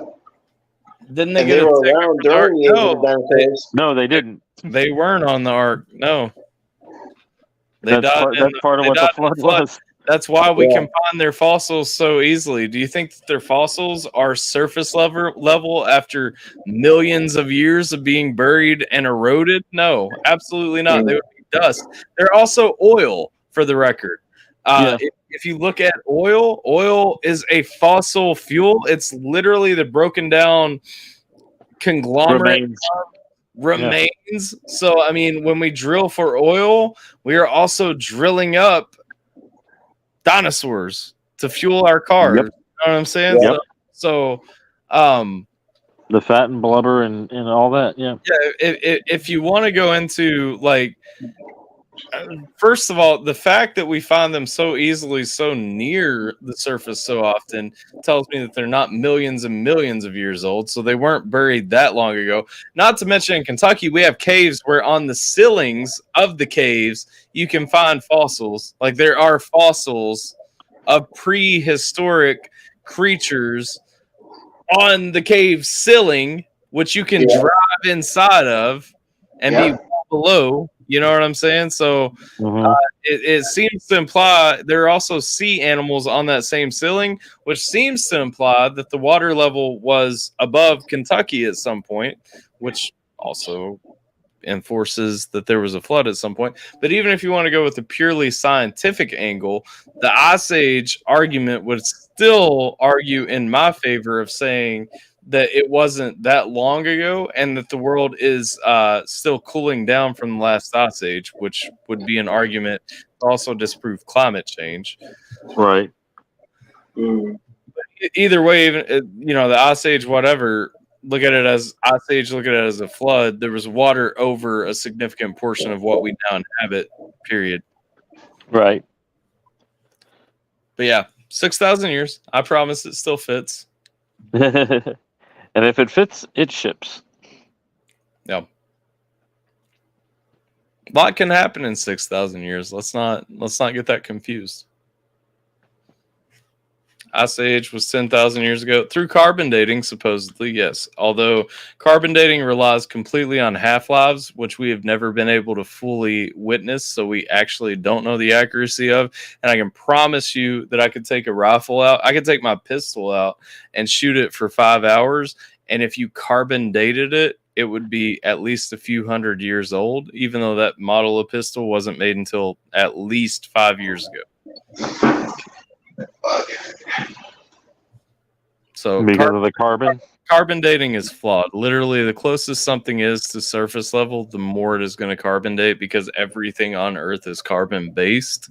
So literally everything that breaks down ages more, which means carbon.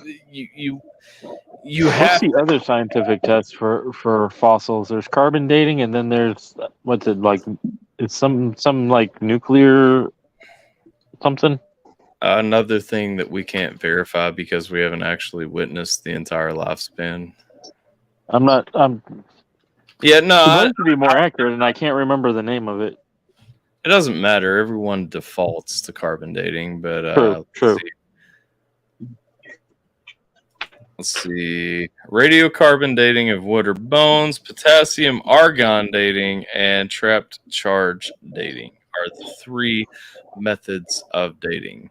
I think I was thinking of the trapped charge dating, which goes more on a subatomic or nuclear level or something like that. I thought dating apps were a method of dating. Sure. They are. Sorry, I just had to throw that in there. I feel you. Let's see. Thermoluminescence testing dates items to the last time they were heated. And then the other one is tree ring dating. Yeah. But again, carbon dating is still the quote unquote most accurate, but it's also manipulatable. Why or science you need eyewitness, but not for the Bible? Why for science do you need? I'm not saying that. Well, first of all, we have eyewitnesses for biblical events. they're literally, I can send you a video actually of secular resources that cite the existence of Jesus. They go through at least like New Testament things. Why for science do you need eyewitnesses, but not for the Bible? I can witness the world that we live in. I can witness what makes sense and what lines up. But for science, I mean, literally by definition, for science, you need a witness. You need to test, resolve, and confirm. I mean, not to mention, that is like, the definition of science. You like have to be able to witness. like 75% of the Bible is written accounts from people giving their eyewitness accounts. Yeah, you can The look. apostles. The first 4 books of the Bible were written by Moses. You know, I mean, Yeah. like biblically. Yeah, I know you don't argue the existence of Jesus. You argue the existence of God and who Jesus was. But the point still remains. I mean, there's secular authors who talked about miracles being performed by this dude in Israel. Like at the time, like Roman people who ultimately killed him, like knew. So I mean that's where I'm going with saying like there are witnesses, contemporary witnesses who wrote about Jesus. If you're talking about science, though, I mean, when it comes down to science, literally, science requires a test. Science requires, again, going back to what I said before, science is how, God is why, and science is how. I'm not arguing against science or religion. Right. I believe in science and religion. Yeah, and we touched a little bit about that in one other discussion where we talked about science fact versus science theory.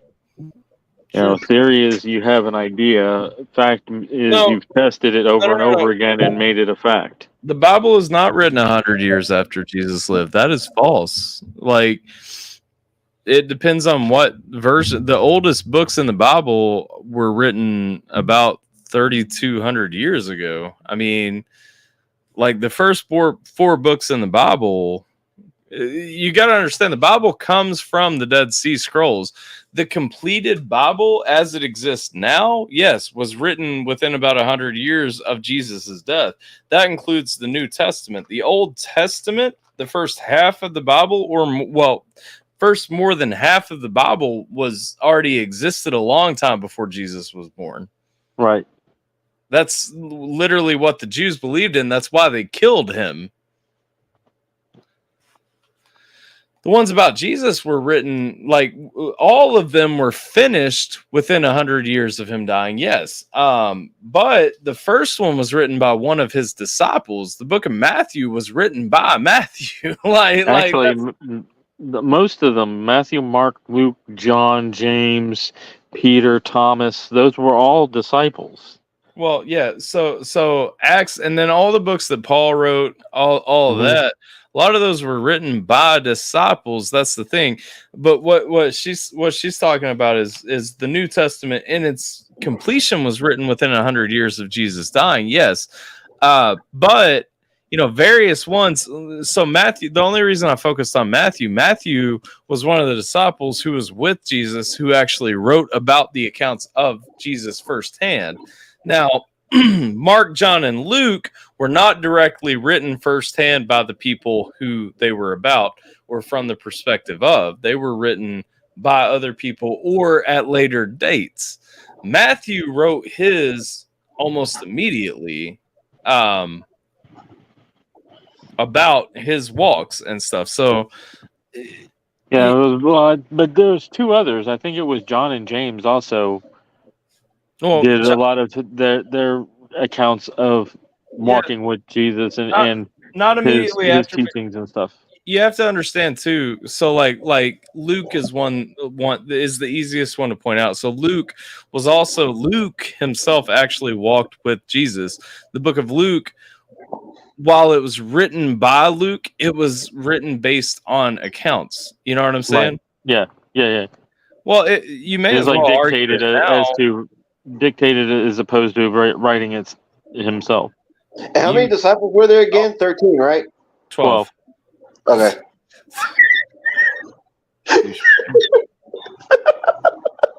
Rufus is not an official disciple, JJV. No. He's going back to Doc. I thought he was going by dogma with Rufus, the 13th apostle. No, Doc was going by dogma, but Doc was fucking dumb. An idiot. Yeah. Anyway. You read different, but not gonna argue. I mean, you may as well argue it now if you want to have the conversation. Because I mean, there's nothing wrong with having the conversation. But again, like we can relatively accurately date all the books in the Bible. We can relatively accurately say who wrote each book of the Bible. Like that is the reason they are the canonized books of the Bible, and that certain books, which I have to point out how excluded. Interesting that language is. Relatively accurately. Yes, relatively accurate. That's very interesting language. Well, I mean, we can't precisely date when the Dead Sea Scrolls were written, and we can't 1000% say that we know it was written by this person, but there are similarities in the writing enough that tell us when. Yeah, there's enough evidence to say it was. Yes, I understand. And if we can attribute it to other things, that's why so much. I'll tell you one of the big stopping points for being able to accurately identify 100% of this stuff is the Library of Alexandria burning down, because there are a lot of Dead Sea Scrolls that we just don't have access to now because they were stored in the Library of Alexandria and it burnt down with them inside. I mean, you don't believe that the Catholic Church stole them out of there before it burnt down to hide them in the catacombs? Absolutely not. I know a lot of people that believe like that the Catholic Church has all this information hidden under the Vatican and all that. There are a lot of people who believe that the Freemasons, because they continued on the Knights Templar, still have the Ark of the Covenant and are holding it in the chosen country or whatever, and move it at their will to manipulate world events. That's still shit, because we still see in the Book of Revelation the Ark of the Covenant is in heaven with Jesus on Judgment Day. I mean, people believe. Yeah, people believe lots of things. No, the scrolls burned in the Library of Alexandria. If the Catholic Church had them, they would have revealed them by now. There's no benefit to them not. Right. And that's another funny thing is that the whole conspiracy theory about the Catholic Church hiding knowledge. No, you can petition to go into those catacombs and read anything you want. It's a process that takes years to get done, and that's how people like what's his name that did the Da Vinci Code wrote a lot of the Da Vinci Code because we are not bringing Dan Brown into this conversation. I'm not saying that he's true. I'm just saying that he was inspired by the fact that he had to go through that process and found out about being able to read some of the stuff that's in the Vatican. Inspired him to write the Da Vinci Code and the books that he wrote. Not saying any of it's true, just saying that that's what inspired him to write it all. Yeah, Dan Brown's a little bit out of my comfort zone to argue in favor of. I'm just saying. Right. I'm just saying, as being born and raised a Catholic, I know about a lot of that stuff that goes on within the Catholic Church, and people believe that the Catholic Church is holding all this from the public, and they're preserving it for people to see. You just have to go through a process that takes forever. The fact is, a lot of people want to demonize the Catholic Church. Without the Catholic Church, there is no Christian church. There's not a Baptist church. There's not a Methodist church. There's nothing else. Because if you go back to the year 1500, when Martin Luther posted his 99 Theses because he wasn't happy. And yes, the Catholic Church at that time was corrupt. They were only teaching sermons in Latin. They were only whatever. And so, yes, Martin Luther had every right to be upset at the Catholic Church. He had every right to post his 99 reasons he hated the Catholic Church, all that. And then the Bible got translated to German. From Latin to German. It finally got translated, and then everybody could have it. We had Lutheranism turned into Protestant denominations, literally branched off into Baptist, Methodist, Catholics, all that because they were revolting against the Catholic Church. All fine, fair, and well. However, your roots still come from the Christian religion, of which Catholicism was the first. Right. Now, the reasons for that were not because Catholics were teaching anything wrong. Well, they were, but it was not that the Bible was wrong, not the translated Bible that was the core of their religion. It was because the state had corrupted the church. It was because the church was... Do you guys know what clipping was? It's an interesting term. So you had to pay your tithes, right? And so you put your coins in the back of the church. Well, the Catholic Church, basically somebody sat in the back with basically nail clippers clipping off the edge of the coin because the coin was made out of pure silver or gold. And so that coin with a little edge clipped off could still be used as currency, but the church could keep the bulk precious metal, melt that down, and then have more metal to sell back in, thus making the church richer. The church was corrupt. The church was selling absolvences of your sins to get into heaven, tithing and all that. Well, tithing's not corrupt. That is biblical. But I'm talking about they were selling absolutions. They were selling forgiveness for your sin and stuff like that. And all of that was the reason the Catholic Church was corrupt. It's not because it was a different religion. It's not because they worship Mary. It was none of that. Most people hate Catholics, but don't actually understand what was wrong with the Catholic Church at the time, and it's fucking stupid. Right. Catholics are the original Christian church, period. Yeah.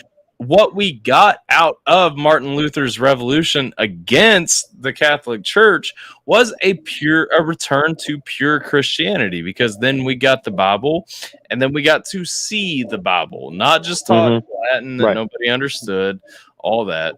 And again, if you want to go to that form of religion, I go to that form of religion. I go to a non-denominational church. Do I hate Catholics? No. I actually appreciate Catholics. My church isn't that fond of Catholics, but that's because my pastor, came up as a Baptist. I don't like Baptists. I don't like Methodists. I don't like, any of those denominations because they all add extra shit. Right. When it comes down to it, you have the Bible, you have what is biblical, right? And that's what we need. We need the Word of God. We need to be the body of Christ. When it comes down to it, I love God. I have faith in God. I hate religion. That I think that was a movie.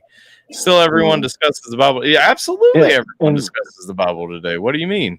And to touch on what you were saying, Alpha, the thing that I constantly hear as one of the arguments against Catholicism is the Catholics have false idols. You worship Mary, you worship Joseph, you worship the apostles. No, they see them as intermediaries to have more favor to Jesus, to get the word to Jesus of what you're asking for. And that's the closest that I can get to. That is wrong. You do not need an intermediary to talk to Jesus. That is the closest I can get to seeing validation in people's criticism of Catholicism is that, yes, Jesus is the intermediary. He came so that we could speak to him directly. Now, don't get me wrong. Like when it comes to Saint Bernard of Clairvaux and various other saints, personally, Saint Bernard was my favorite. That was the one that I studied and wrote the most about. But when it comes to like the saints and everything, do I think they're necessary? No. In pure Christianity, they are not necessary. We're never once told that we need a saint to intercede on our behalf to Jesus. We're told that we need Jesus to intercede on our behalf to God. But I get that. However, it's never, having studied as a Catholic for a while, like I can tell you, it's never really pressed that you need them. Like the way it was always explained to me when I questioned it was, it's like when you're talking to family.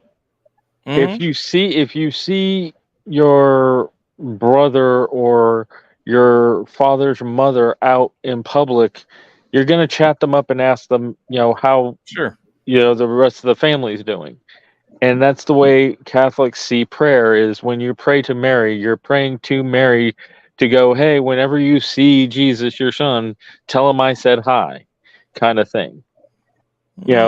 Deliver this message when you see him, kind of thing. And that's the way it was taught to me, was, when you're praying to, the different saints and or disciples and all that, it's basically to relay a message that you think that may not be important enough for you to directly say to God or to Jesus.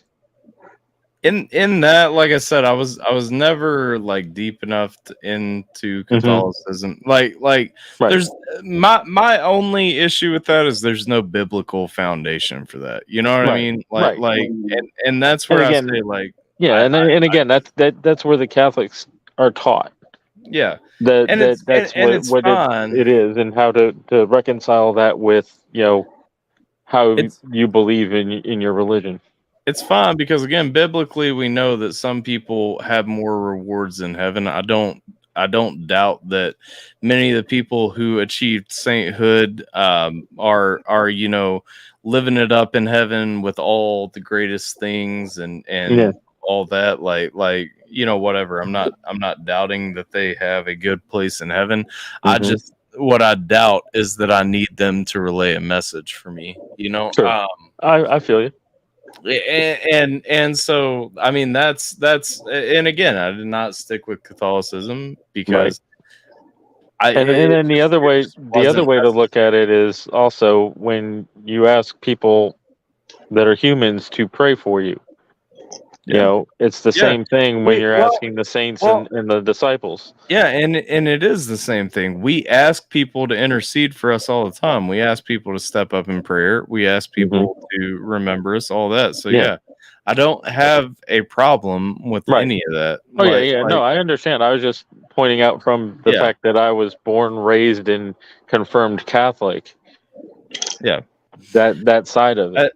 But Mandy, you're saying it should be written more clear, but tell me what's not clear. Like that's the thing. Like, we're having these discussions and there's a clear point that we can point to for the things that we're disagreeing on.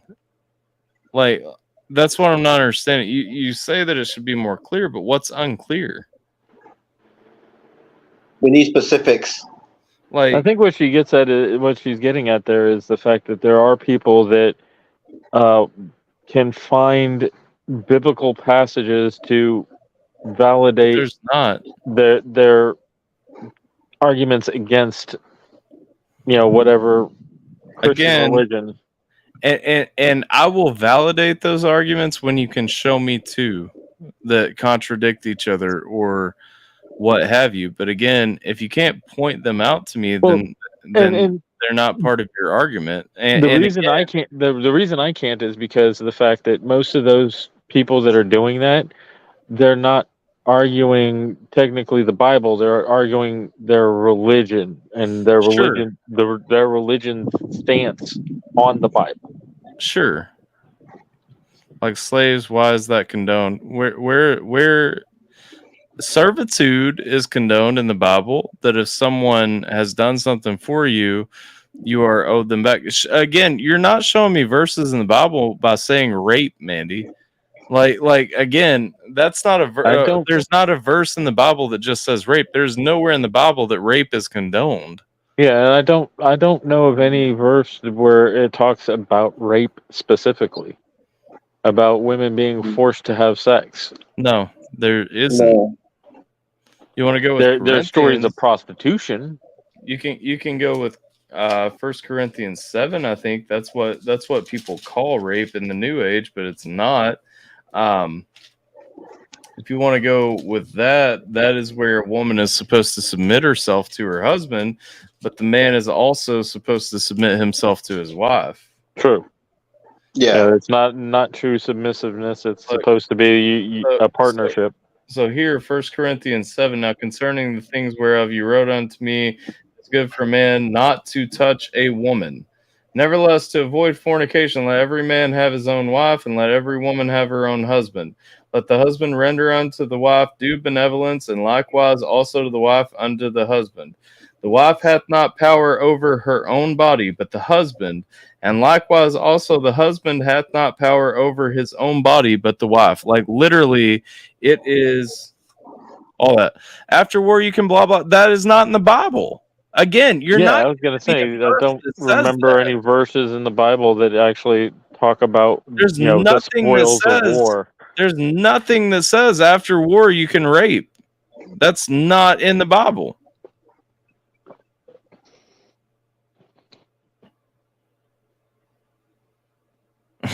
Like if you want to have the discussion, you have to give me things that are actually in there. You can't just make something up or say that somebody said something and use that. Like that's I not. don't know where you got this information from. Yeah. Because now I'm curious. After everything that I'm seeing her say. Well, I think a lot of what it is it's the, for lack of a better word, the propaganda of atheists. They want to talk about, like people always claim to the victor goes the spoils of war, and that there has always been the nomenclature and or culture that the winner of a war can do whatever they want with the people that they conquer. That's not completely true. Every society has had different ways that they deal with, conquering people. Not all were made slaves. Not all were raped or murdered. There were people that had compassion. Just like in every society, there are good people and bad people. Okay. So I Googled like where this could come from. Deuteronomy 21:10-14. According to this law, a victorious Israelite soldier can take a woman from among the captives of a defeated city, bring her into his home, and marry her. Not rape. Marry. Yes.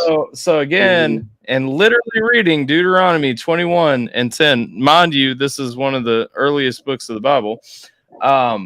When thou goest forth to war against thine enemies, and the Lord thy God hath delivered them into thine hands, and thou hast taken them captive, and seest among the captives a beautiful woman, and hast a desire unto her, and thou wouldst have her to thy wife, then thou shalt bring her home to thine house, and she shall shave her head and pare her nails, and she shall put the raiment of her captivity from off her, and shall remain in thine house, and bewail her father and her mother a full month. And after that thou shalt go in unto her, and be her husband, and she shall be thy wife. So again, you see a beautiful woman among the people that you have taken captive. You like her, you want to bring her home. She has to convert. You have to bring her home. She has to convert. She becomes a Jew.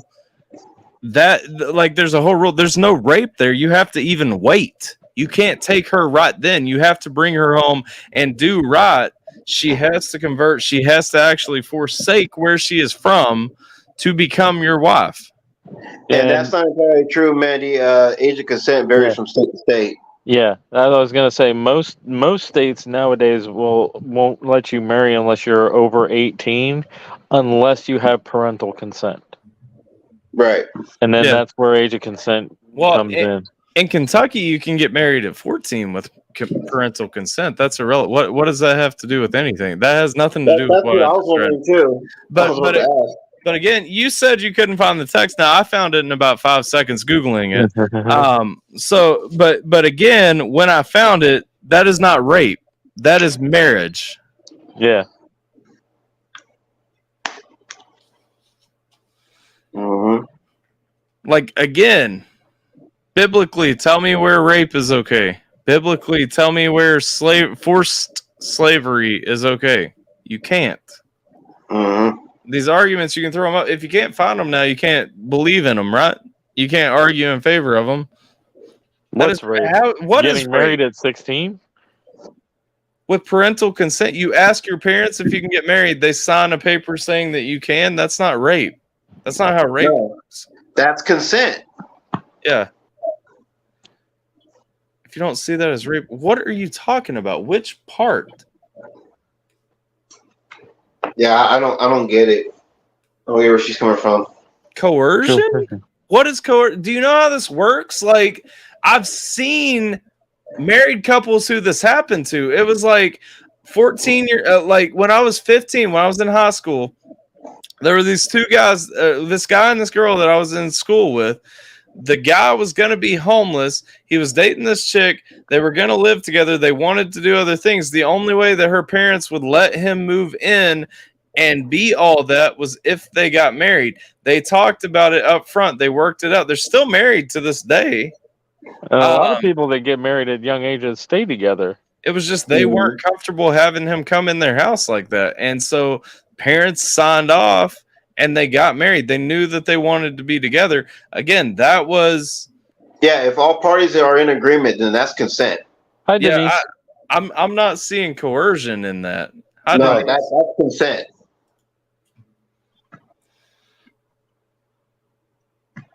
I mean, there's other places in the world where, children are made to get married at like 9 and 10 years old to somebody that's like, 15 or whatever, and it's arranged marriages. Yeah. India is famous for that. Yeah. There's no coercion argument there. And again, when you go biblically, there is no biblical justification for rape. No. Why can't you? There's the question. You can. You can, but that doesn't mean you should. Not to mention, it's different if you're over 18 having sex with somebody way younger than 18. Mm.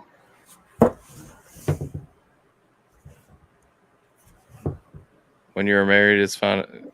It is fine to have sex when you're married. Yes. Yeah, that's what marriage is supposed to be for, is for procreation.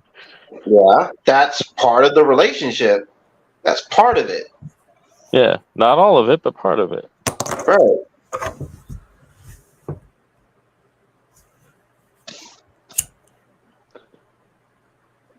We try to protect children under the age of 18 from predators forcing themselves on them. Yeah. Not, consenting, people around the same age. Right. No, not 18. Even when you are underage and your husband is over it. I don't know of any cases where that's the case. Like, usually the exceptions you're talking about, though, when people get married underage, number one, they're few and far between, but usually it's like a 16-year-old to like a 17 or 18-year-old, in which case, yes, they can have sex. Like, and I mean, there's also been, 20-year-olds that have gotten married to 17-year-olds. But again, if they're under a certain age, they have to get parental consent depending on the state they live in. Right. Yeah. Where Americans start getting upset is when you have a 47-year-old dating a 13-year-old. That's when they have an issue with it. Mm-hmm. Yeah, I mean, like, statutory covers, like, what, under 16? Like, with somebody who's over 18? Yeah. Because, like, in Mississippi, the statutory law says that if a child is over 16, then the child has to press rape charges instead of statutory. So 14 was, like I said, it's a Kentucky. You can be married at 14, but almost nobody actually does that. Yeah. Like, it's so obscure. Like, I have one story, and they were 15 or 16 when they happened, when they got married, but they were both 15 or 16. Like, that's the thing. Yes, at 14 they can get married. Just like But again, with that's with parental consent, That's though. with Just parental Yeah. consent, with a extremely, and actually it looks like in recent years it's been updated anyway in Kentucky. Applicants have to be 16 or 17 now and have Yeah. parental consent for a marriage license. Yeah, and then So, on top of that, that's like also the age for emancipation. Yeah. Which is a whole nother thing that Americans do that I don't think other countries do. A child, if they feel that they are old enough, can petition the courts to give them a documentation that says that they are an adult no matter what age they are. Yeah. Mm. Bible says you can take a woman. It does not say, it says take a woman as in you can take her as your wife. It doesn't say you can literally take her. No, there is no coercion. Again, You're talking about kidnapping there, and that's not what it says. Again, I read you the verses that you were referencing that you said were rape. And again, it says you can take her as your wife. But again, when thou goest forth to war against thine enemies, and the Lord thy God hath delivered them to thine hands, and thou hast taken them captive, and seeing amongst the captives a beautiful woman, and hast a desire unto her that thou wouldst have her to thy wife, then thou shalt bring her home to thine house. She shall shave her head and pare her nails, and she shall put the raiment of her captivity from off her. She's giving up her homeland. Put the raiment from her captivity off her. Let me find it. I lost myself. And shall remain in thine house and bewail her father and her mother for a full month. So at least a month she has to rebuke her homeland. She is converting to your ways, which she would do of her own accord. And after that thou shalt go in unto her and be her husband, and she shall be thy wife. Again, she is choosing those things. It is not. The woman has a say, basically. She's not doing things that are being forced against her, like against her will. And literally the verse after that, and it shall be if thou shalt have no delight in her, and thou shalt let her go whither she will, but thou shalt not sell her at all for money. Thou shalt not make merchandise of her, because thou hast humbled her. Like literally, you're not allowed to demean her. You're not allowed to make her a thing. You're not allowed to sell her or anything else there. Like, sure, what? It's literally what it says. I'm looking in my Bible. Like, wow. Like, you can't just say, sure, I'm reading what it says. You're saying what you think it says without even looking up what you're talking about. You know what I'm saying? See, this is why I highly encourage, whether you believe in God or not, doesn't matter. I highly encourage you to get a copy of the Bible, read it for yourself. Yeah. Why would she need to shave her head? Because that's what it says to have her do. Like, who cares? Does she really have to legitimately shave her head? No. I mean, she doesn't have to. She can say she doesn't want to, and then you just send her home. What book from the Bible are you reading? That's in Deuteronomy. That's the one that people say is rape, even though the woman has choices right there. It's Deuteronomy 21:10. Again, the woman has to give consent. She's not doing anything that's being forced against her will. There's not coercion right there. If she says no, you're obviously not allowed to do it. This is a law that was given to the Jews. If she says no, if she's not going to do the things, then you can't do it. I mean, like you said, man, common sense, right? Yeah, common sense. Like, read it.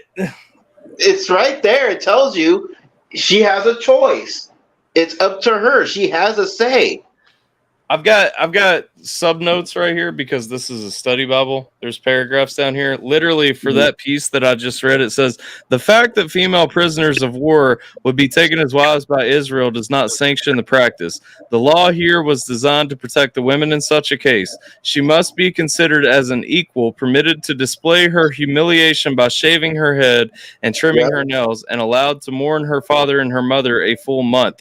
Only then could her Israelite husband make full claim on her as his wife. Further protection was afforded her in the case of divorce.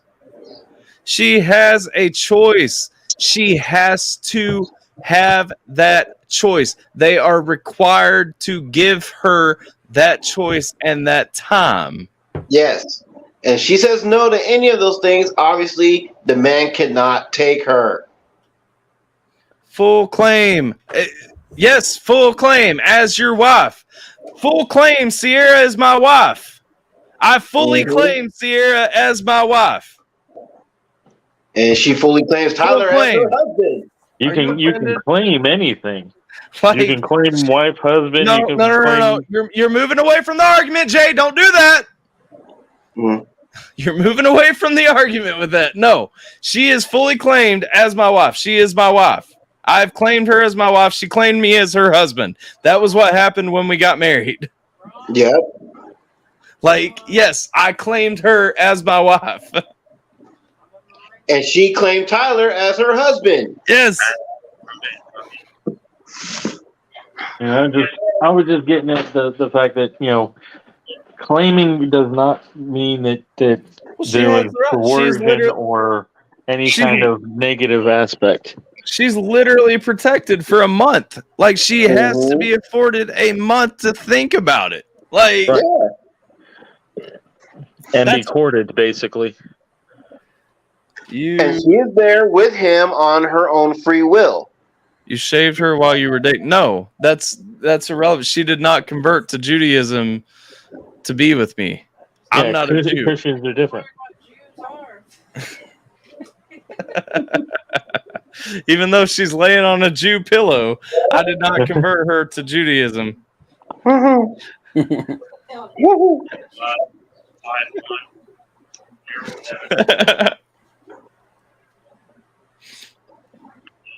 Why would I have shaved her head?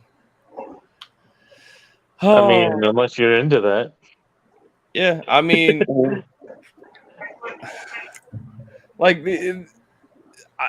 I'm all fine and well debating what the Bible does and does not say with you, but I mean, if you're gonna be silly about it, come on now. Like, literally, I read you what it says, and that's what people claim is the thing about the thing, but it's not.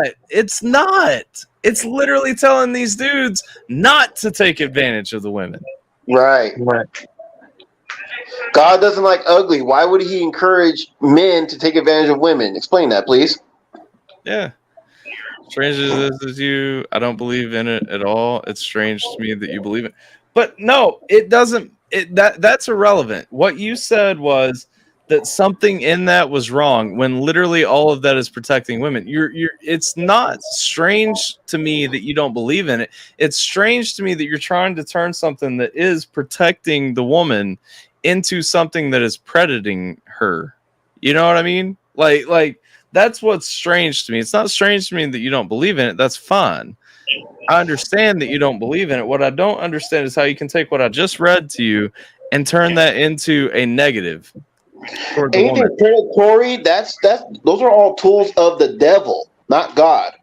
In what way is it protecting a woman? I already explained that. Again, the man can't even take her as his wife for a month. He has to allow her a month to mourn and grieve, and she has to turn away from her homeland, throw off the clothing of her homeland, throw off her homeland.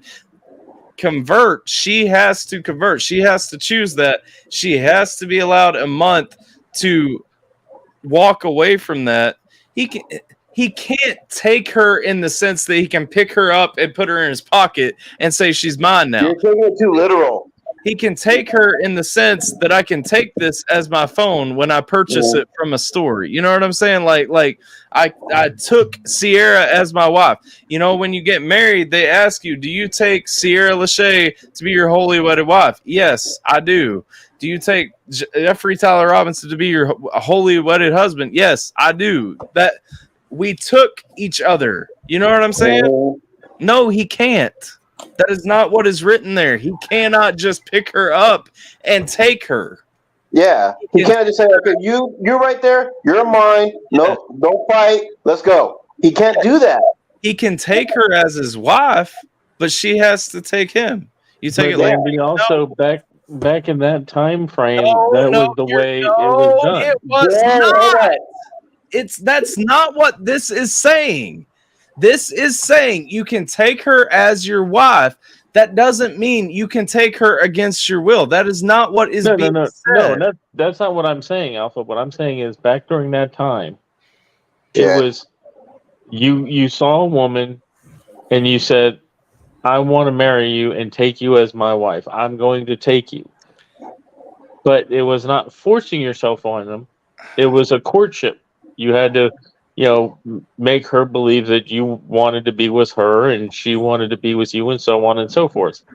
Just like the courting sessions. Yeah, that's that's the same thing that I'm saying. Like you take each other ultimately is what it comes down to. Like this is not saying he is the only one making this decision. Did we lose Jason? No, I'm still here. He popped out for a second back in, but he's okay. Okay, because one the logo changed, and then also I had an alert that somebody was backstage. So it doesn't say. It absolutely says she has a choice, It man. does say she has a choice. You're not paying attention. I literally just read it. You're cherry picking what you're listening to. I mean, I'm sorry. I'm calling it how I see it. Yeah, there's no fun. I read you what it says. That was from the Bible. It wasn't from the internet. Yeah. It was from the Bible that is beside me. I read you what it says. It says she has a choice. Yep. Again, it has to be consensual. If it ain't consensual, it ain't happening. right. Yeah, there is no force there. There is no he gets to take her as his property.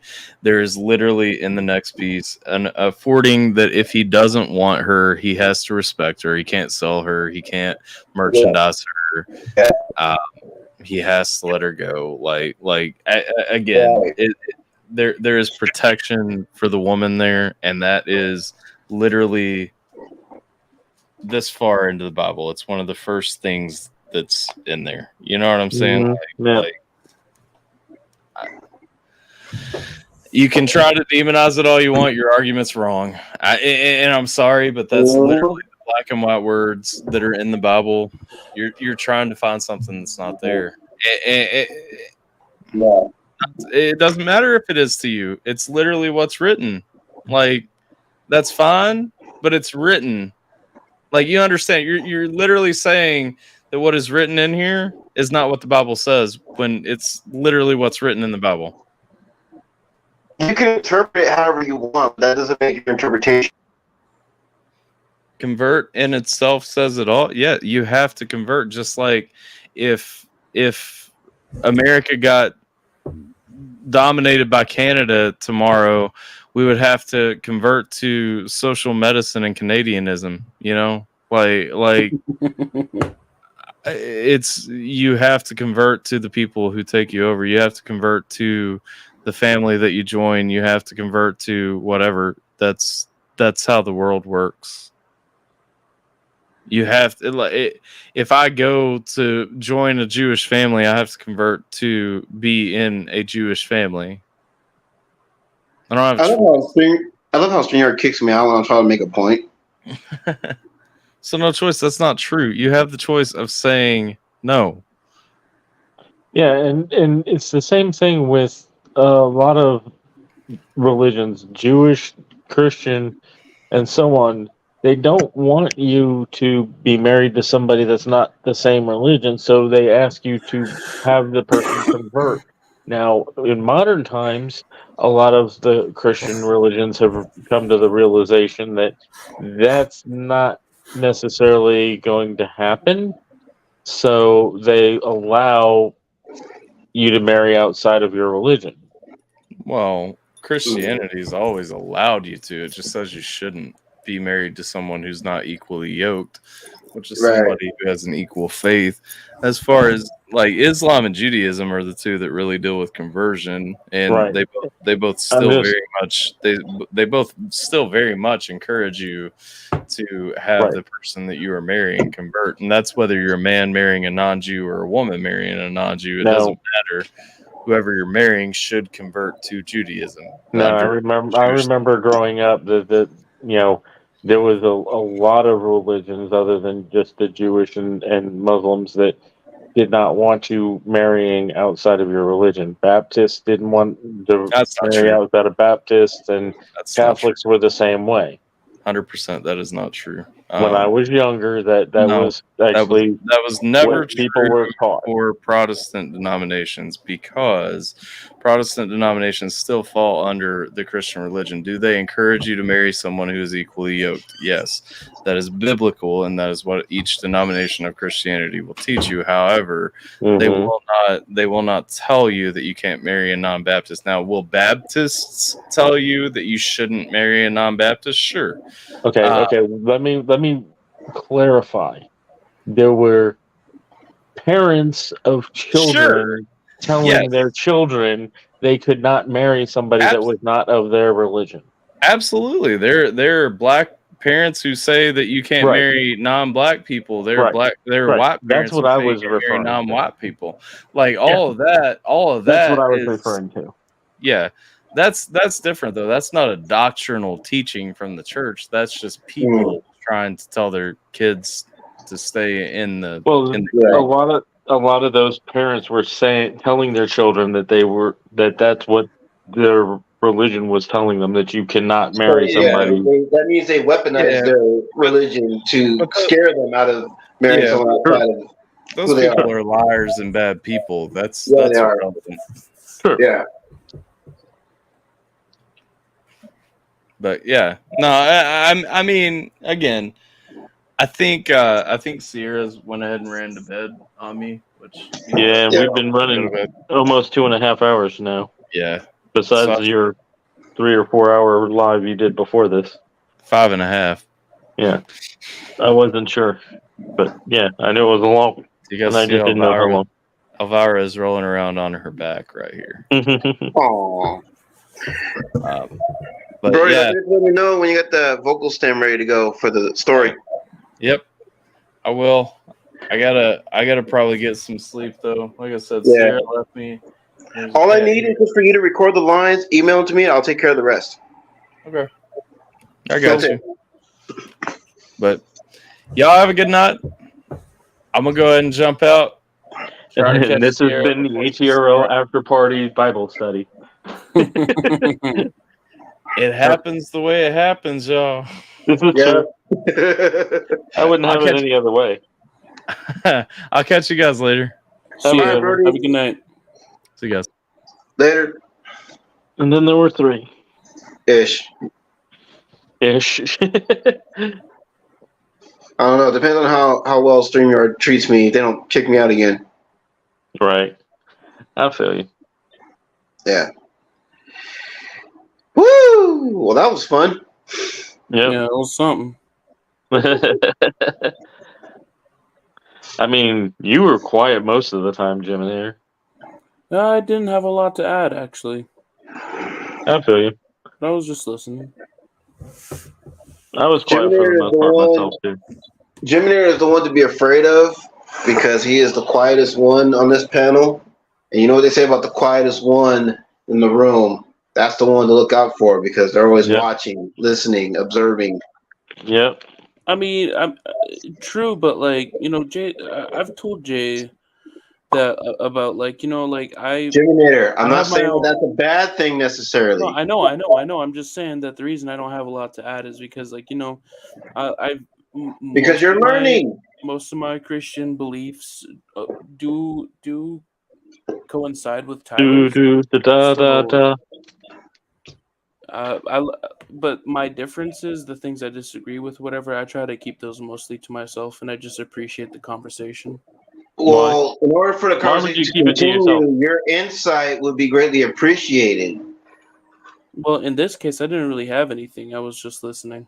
You said there were some things you did not agree with. You should have expressed No, I said those. if there's things I disagree with, I usually try to keep those to myself. I'm pretty sure you said something else, but okay, I'm not going to argue with you. Okay, that's fine. But like in this case, I agreed with what Tyler was saying.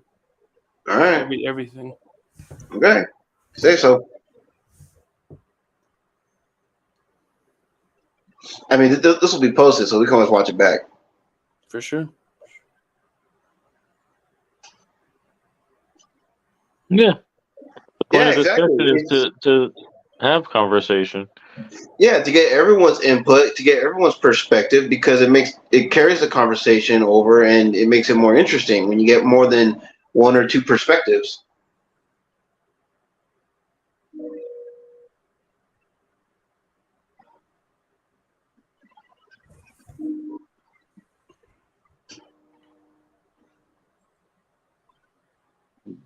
Now I got really quiet.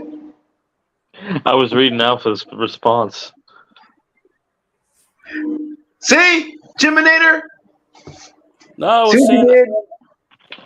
I'm saying I agreed with everything that Tyler said. Not originally. Yeah. Not originally. But- You corrected yourself and changed it to that, but that's not what you said originally. All right, what did I say originally? You said there were some things that you did not agree with, but you I kept those said things to if there's yourself. things that I disagree with. No, we can wind it back. Wind it You back, said there bro. were some things, and Jay, you're a witness. You said I might have misspoke. there were some things you did not agree with, and but you decided to keep them to yourself. That's what you said. Well, now I'm actually curious. I'm just going by what Alpha said right here, Jim. He says, so I can't trust Jim anymore because he doesn't voice his opinion. Yep. All right, I'm gonna. And basically, and like I said, I'm not trying to paint you like a bad guy or like you did something wrong. All I'm saying is that look, if you I know have I didn't do a anything difference wrong. in opinion, don't be afraid to express it. Obviously, Tyler's all for listening to other people's opinions. He listens to mine. He listens to Jay's. He listens to Mandy's. He'll listen to yours. Personally, I think I know what happened. My I opinion think is that I Geminator agree got with what high and Tyler was zoned saying. out and/or fell asleep halfway through the conversation and didn't remember any of it. No, I didn't. I was here. I was waiting for him to say, "Man, I'm sorry, but I'm just so stoned right now." Yeah, that's what I was saying. I'm gonna meet up a second. I'm gonna see what I actually said.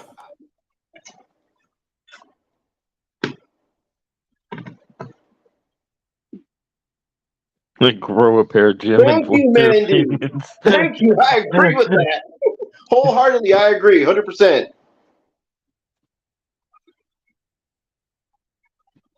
Yeah, it's okay to have a difference in opinion. It doesn't make you a bad person. I mean, me and Alpha had a difference of opinions. He tells me where he says that I'm wrong, and I tell him what I believe, and we leave it at that.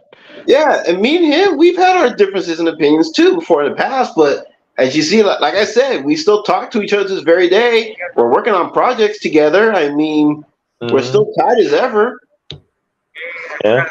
I don't mind him having a mind of his own. If anything, I respect him more for having his own views on things, having his own opinions. Mandy said that's something we all agree on. So we're allowed Finally. to have difference of opinions. Yeah. It's okay to have a difference in opinion. It doesn't make you a bad person. It doesn't mean that, oh, you're not going to be our friend anymore. No, we don't operate like that. You've been around us long enough to know that too. Yeah. I didn't have a difference of opinion. Okay, say so. Like I said, I'm not arguing with you. I'm just saying. Yeah, I know.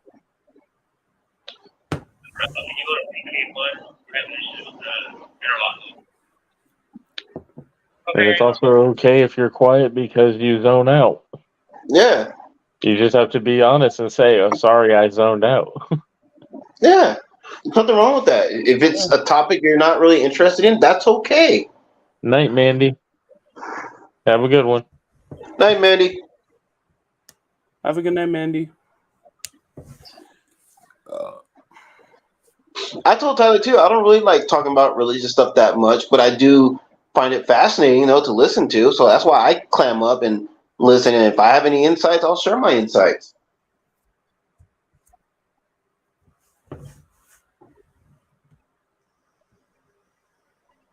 Yeah, I'm about the same way. I mean, I just share my opinion, and Yeah. sometimes I disagree with Alpha, and sometimes I completely agree with him, and other times I try to find a way to reconcile my opinion with his opinion so that it is of the same. Yep. Yeah, I really appreciate conversations. Yeah, me And too. if I have something to add, then I will. We didn't say you wouldn't. Yeah. Yeah, yeah, Just like everyone else in the community, you're more than welcome to do so. yeah. And I have before We know, when I have something to add. right? Right. The only thing is that Jason heard you say that you disagreed with things, but you were just being quiet and listening, Yeah, I Mhm. misspoke. and that's where we're all saying is you don't have to be quiet and listen. You can actually voice your opinions and or have questions and question. Yeah. Or sometimes you can do like what I did earlier. You know what I mean? Crack a joke here and there to kind of lighten the mood. You know what I mean? Kind of ease the tension. Like when I made that joke about the 13 disciples. Mm-hmm. Like that was me to help, just trying to help ease the tension and just lighten the mood. Right. Yeah, no, I think we covered all that pretty good. Yeah. And in about 20 seconds, I think it is, we'll have hit the 2.5 hour mark. Yeah, it's like a new record for you, man. No, I think we had one with Alpha that ran to the 3 hour mark. I think Mm, that, or me and Jason had one that ran to the 3 hour mark just because I was that bored. yeah. And we talk about all kinds of things. We're talking about comic book stuff, movies, politics, religion. Mm-hmm. You know, I give my insights as to how I feel about the Bible. I gave my insights about how I feel about, you know, this kind of topic and everything. And that was Yep. it. Yep. Mm-hmm. I kind of wish that we had gone more on a musical topic Yeah. tonight, but it did what it did, and it's organic, and that's a good thing. Yeah. Once it starts with religion, like there's a slim chance of that happening.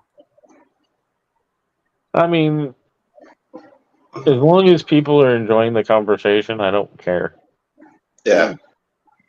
Not to It was mention, as fun. long as I'm enjoying the conversation, I don't care. And actually, Yeah. most importantly, like I actually learned some stuff too. So Yeah. there you go. Well, I mean, it shouldn't matter, like what we're talking about. I mean, it's up to the people at the end of the day if they want to hear it or not. If they don't want to hear it, I mean, that's fine. But I mean, we're Yeah. not gonna talk about whatever they want to talk about unless they want to hop up on panel and give us some topics to discuss. I mean, then okay, but you're just gonna hop off because we're talking about something that you don't want to hear. I mean, hey, that's on you. And I mean, I've kept a consistent 3 viewers the whole night. Yeah. I think we've gone up to 6. Well, Alpha was in here, but we've Yeah. stayed with a consistent at least 3. Yeah.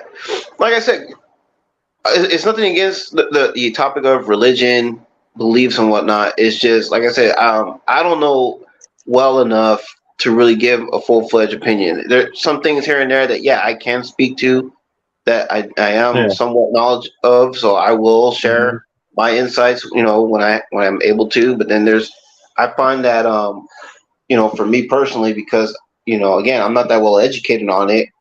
It's better for me to just climb up and listen, so that way, I can learn more about this stuff. Yeah. I spent a good chunk of the time just listening. Yeah, and there's nothing wrong with that. And the reason that I do talk about it a lot. I'm not trying to paint you up like you did something wrong or you're a bad guy or anything. I'm trying to encourage you that if you have something to share it. Right. Yep. And the reason that I do talk a lot about the religion aspect is because, one, of my age, 2, I was brought up Catholic and confirmed Catholic, so I am an adult in the eyes of the Catholic Church. And growing up in the Catholic Church, we were required to go to Sunday school every Sunday, to where we were taught about our religion, about how it came to be, about the Bible and everything else. So, I have insight, and I do question everything on top of that. So I have my beliefs, and I like talking with Alpha about it because he either solidifies my beliefs or he makes me consider when where I could be wrong about my beliefs. Mm. You know, he doesn't. He's not condescending or telling me that I'm wrong in a malicious way. It's No. not condescending. It's challenging the belief to go, okay, why do you believe this? And here is what I believe and why you should believe that. And it either confirms or makes me think about changing my belief. Or that, or just like me, maybe there's some things that either Jay was misled on or wasn't fully educated on that Tyler is. So Tyler can share some knowledge with him that, again, Right. can help him, better understand his beliefs. Right.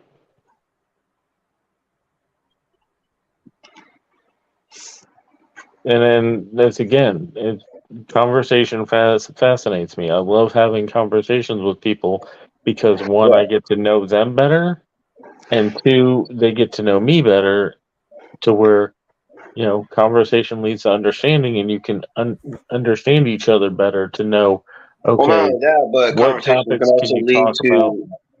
Conversation can also lead to being educated on things that too. Yeah. that you thought you were knowledgeable of, but were not completely taught. Right.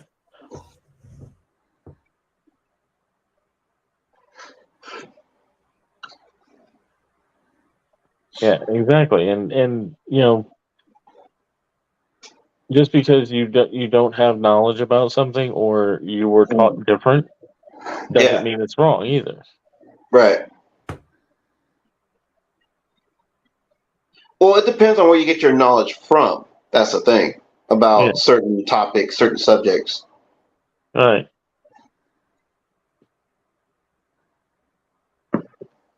And like I had to say, it was what I was talking with Alpha about, when I was growing up and the way it was taught that, you only marry people within your religion. Mm-hmm. Yes, there were priests that taught that, but a majority of it was families that were teaching that to their family, and it was their interpretations. Right, but then, like I said, though, that's these families that are using religion as like a weapon to discourage their children to want to marry either outside of their religion, their race, or whatever the case may be. Right, it is wrong. Right, and that's kind of where I was going with all that too. Was that people have consistently used religion to affirm their evil ways when it shouldn't be. Yeah. It's like see, and again, this goes back to my issues that I have with church. The churchgoers is that whether you're Christian, Catholic, or whatever the case, you always have those radical ones that will take what they've learned inside the church.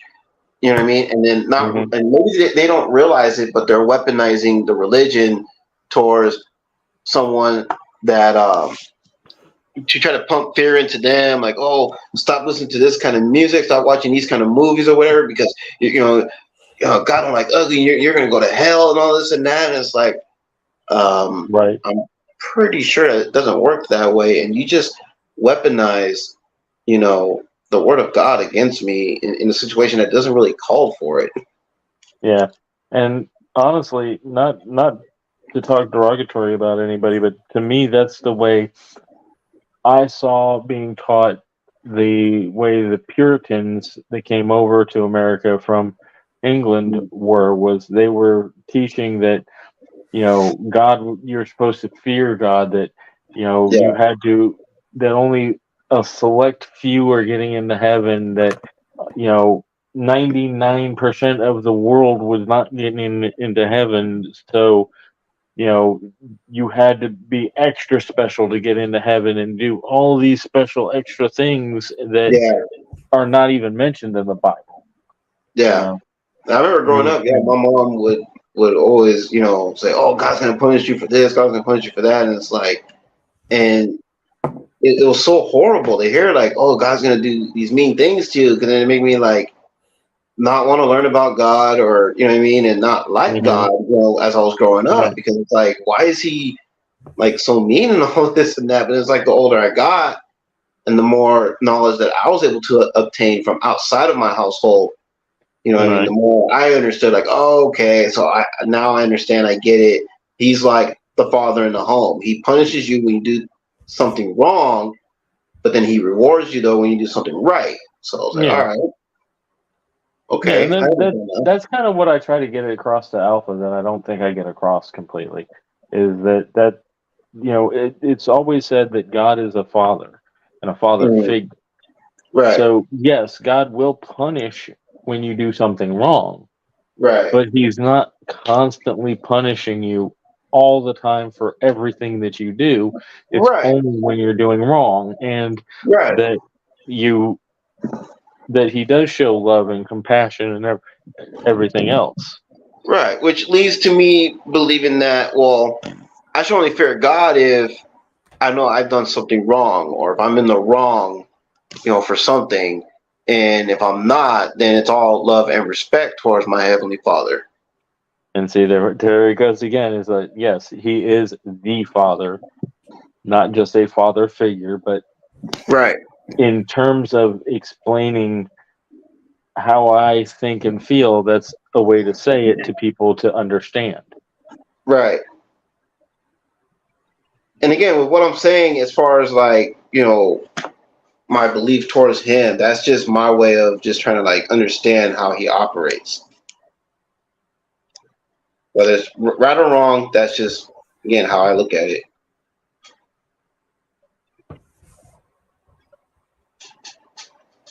Well, yeah, but there's a difference between evil and doing bad. Right,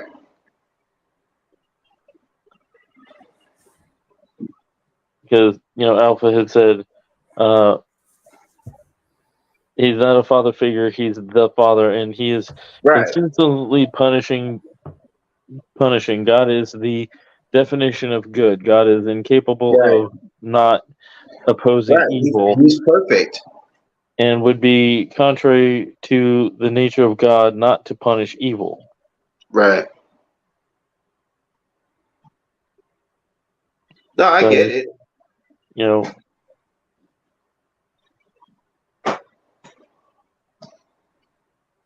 because if you feel that he is consistently and always punishing people, then you think that, if you jaywalk, then he's going to punish you. I don't think God is that petty. Right. Well,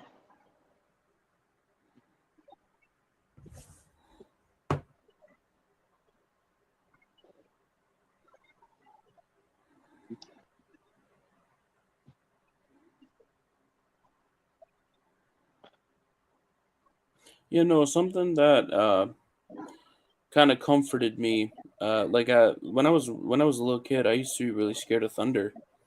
And Hmm. so something that my mom would always say is that, the voice, like the sound of thunder, that's just the voice of God talking to you.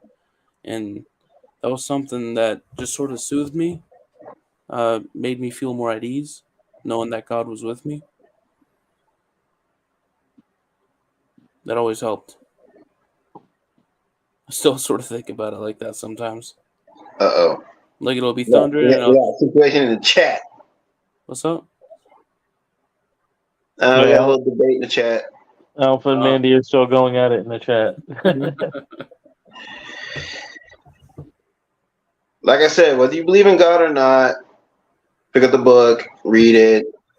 You know what I mean? And like I said, however you interpret it is however you interpret it. It doesn't mean that your interpretation is the correct one.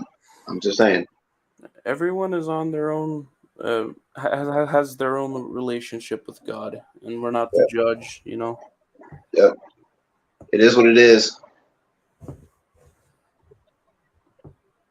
See, this is why I don't like getting in debates and this kind of thing. 'Cause like I said, I'm not that well versed. I'm not that well educated on it like Tyler is. Yeah, same. But I like listening to him talk about it, though.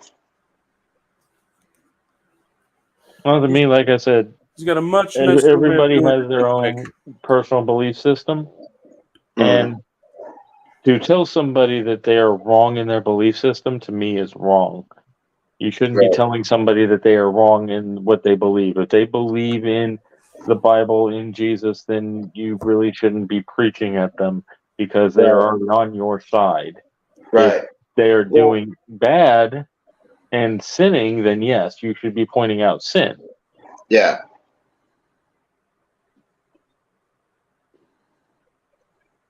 Well, no matter how knowledgeable you are, you shouldn't be enforcing your beliefs on the others. That's another thing that I believe. I could be wrong, but I believe the Bible addresses as well. You don't force God's words onto others. You can educate them on it, and that's it. And then at the end of the day, it's up to them. If they want to go by the word or not.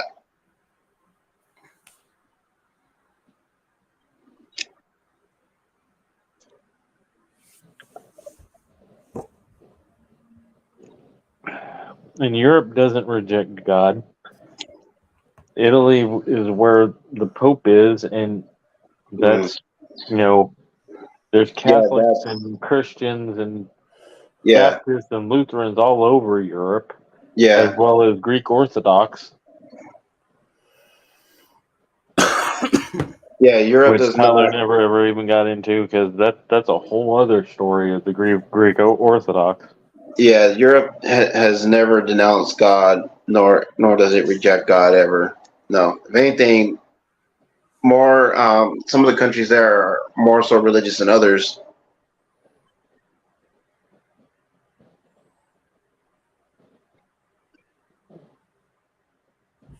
I mean, there's just as many atheists in North America than there are in Atheists Europe. do not run the world, Mandy. That's not how that works. Just because there's a lot of them, that doesn't mean everyone is an atheist. Just like not everyone is a Christian, not everyone is a Catholic, not everyone is agnostic, not everyone is Methodist, Baptist, and whatever else is out there.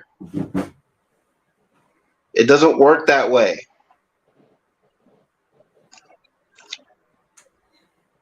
Yes, England does still have a state church. Mm-hmm. That's one of the reasons why the U.S. was founded, was because for freedom of religion, on top of freedom of speech, freedom of the press, freedom of assembly. Mm-hmm. Yeah, that makes sense.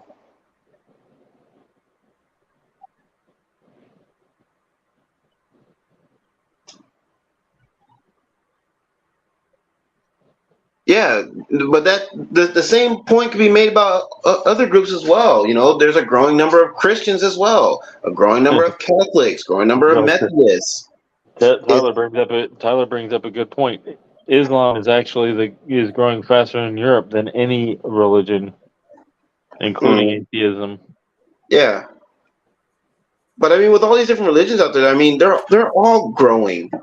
And Mandy, So it's not it's just the due to point. immigration; it's also due to the open border policies that Europe has had.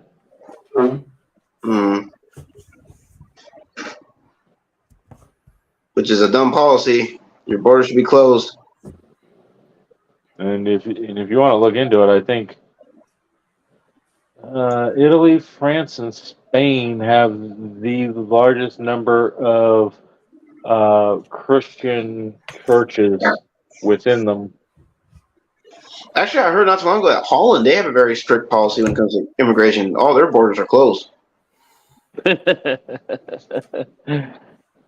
Or I might have them mixed up with some other country, but I'm pretty sure it was Holland. Alpha just went off on Mandy. Is like immigration and ... dun dun dun conversion.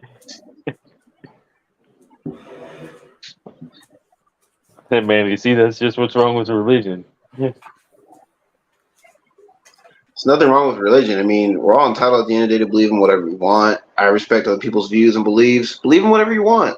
And conversion is not necessarily bad, because what conversion is allowing somebody to come into what your belief system is. Mm. See, and the thing with like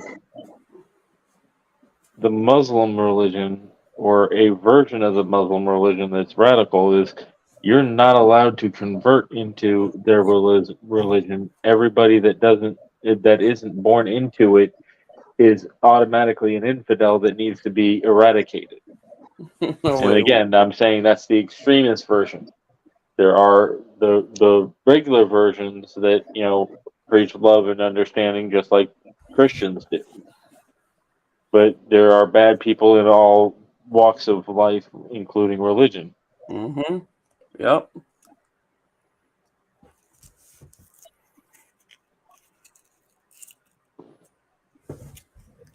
Well, this is true, but religion is supposed to be a personal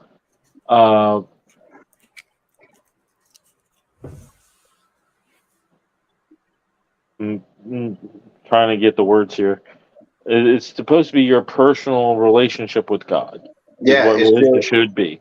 it's But your walk. a lot of It's your people own tend personal to walk. push it on people. Mm. Yeah, see, like Tyler has a personal relationship with God. I have a personal relationship with God. Jay, and I'm sure Jim and Eric does too. Right. Mm-hmm. You know what I mean? All But our you- but relationships I'd are say personal, which makes them differ from each other's. I'd say that even if you don't believe in God, Yeah, you still have a relationship with God. Like And it's not like as developed as it may not necessarily be others. with God, but it's with some form of You're a making being or entity that is beyond your comprehension that you may have a personal relationship with. you've It may yet not to, necessarily be God. It could be something else. yeah, you've yet to take those and first and, steps.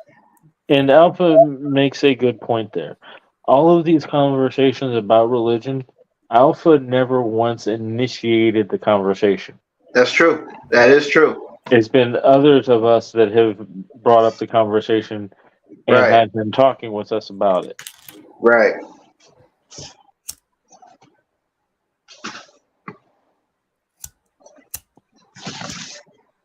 And that's, Mandy, that's part of my problem with today's society. There's too many people that worry about what other people think, feel, do, and say and act, Yeah. rather than just worry about themselves. Right.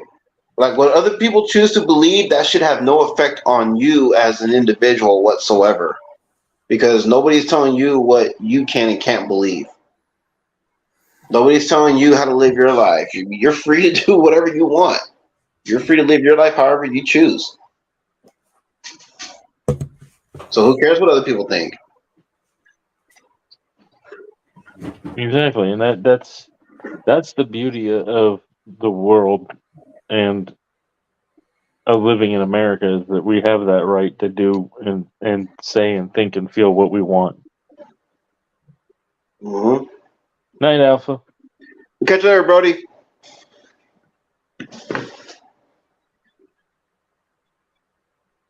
Again, Mandy, gay, abortion, euthanasia, to me, that's all personal things that Mm-hmm. I want to deal with, and the way they affect me personally. I don't push those ideas on other people. Yeah.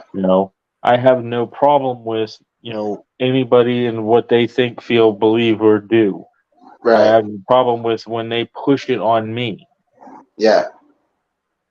Then that's when it's a problem. When it's being forced upon you. You know what I mean? Then that's when it becomes a problem. But if it's not being forced upon you, then who cares what other people are doing? It's none of In your business. America, it Just isn't like though. whatever What? you're doing is none of our business. What do you mean in America it isn't though?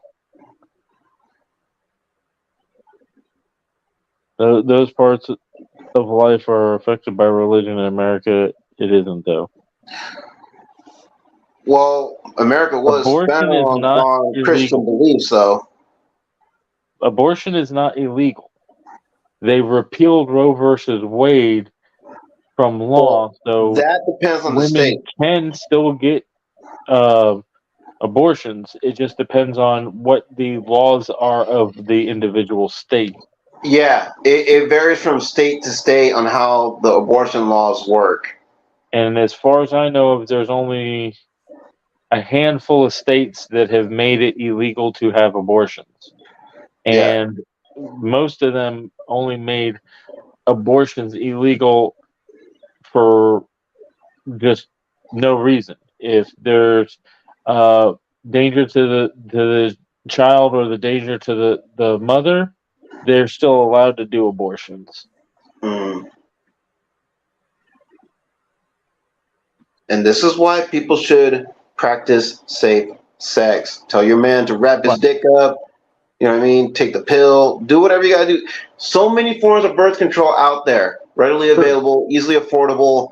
So no excuse as to why you want to have, raw sex without being protected. If you don't want to have a kid, then take the precautions necessary to prevent you from getting pregnant if you're not ready to have a kid. It's not the child's fault that you decide to be reckless with your reproductive organs, putting them in a situation where they have no decision to make, as to whether or not they get to live. That's not fair to the child.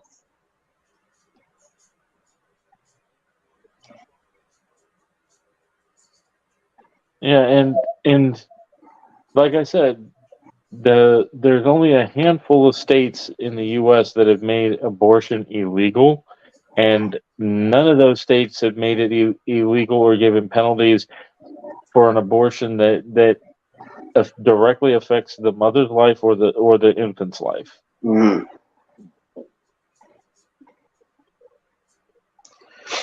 But then here's another option too, though. You can carry the kid to term, and if you're not ready to be a parent, well then put them up for adoption. Yeah. Let it go to a foster home. Yeah. And again, like you said, you should be using protection anyway. Exactly. If you're not ready to be a parent, then use protection. And the other thing is, the teachings of the Bible say that you're not supposed to be having sex before marriage. You're only supposed to have sex to procreate, so that you are having children.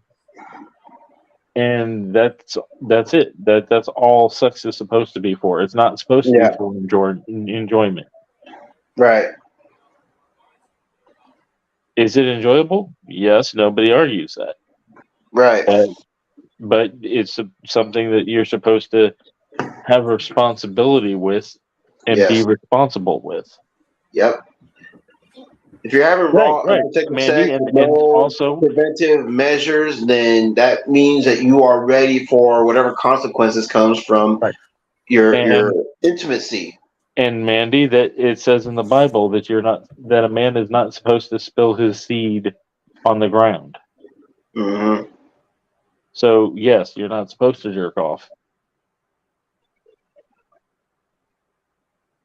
You're only supposed to have sex for procreation, according to the Bible. Now, is that saying that it's not enjoyable? No, it's enjoyable. People are flawed and all that.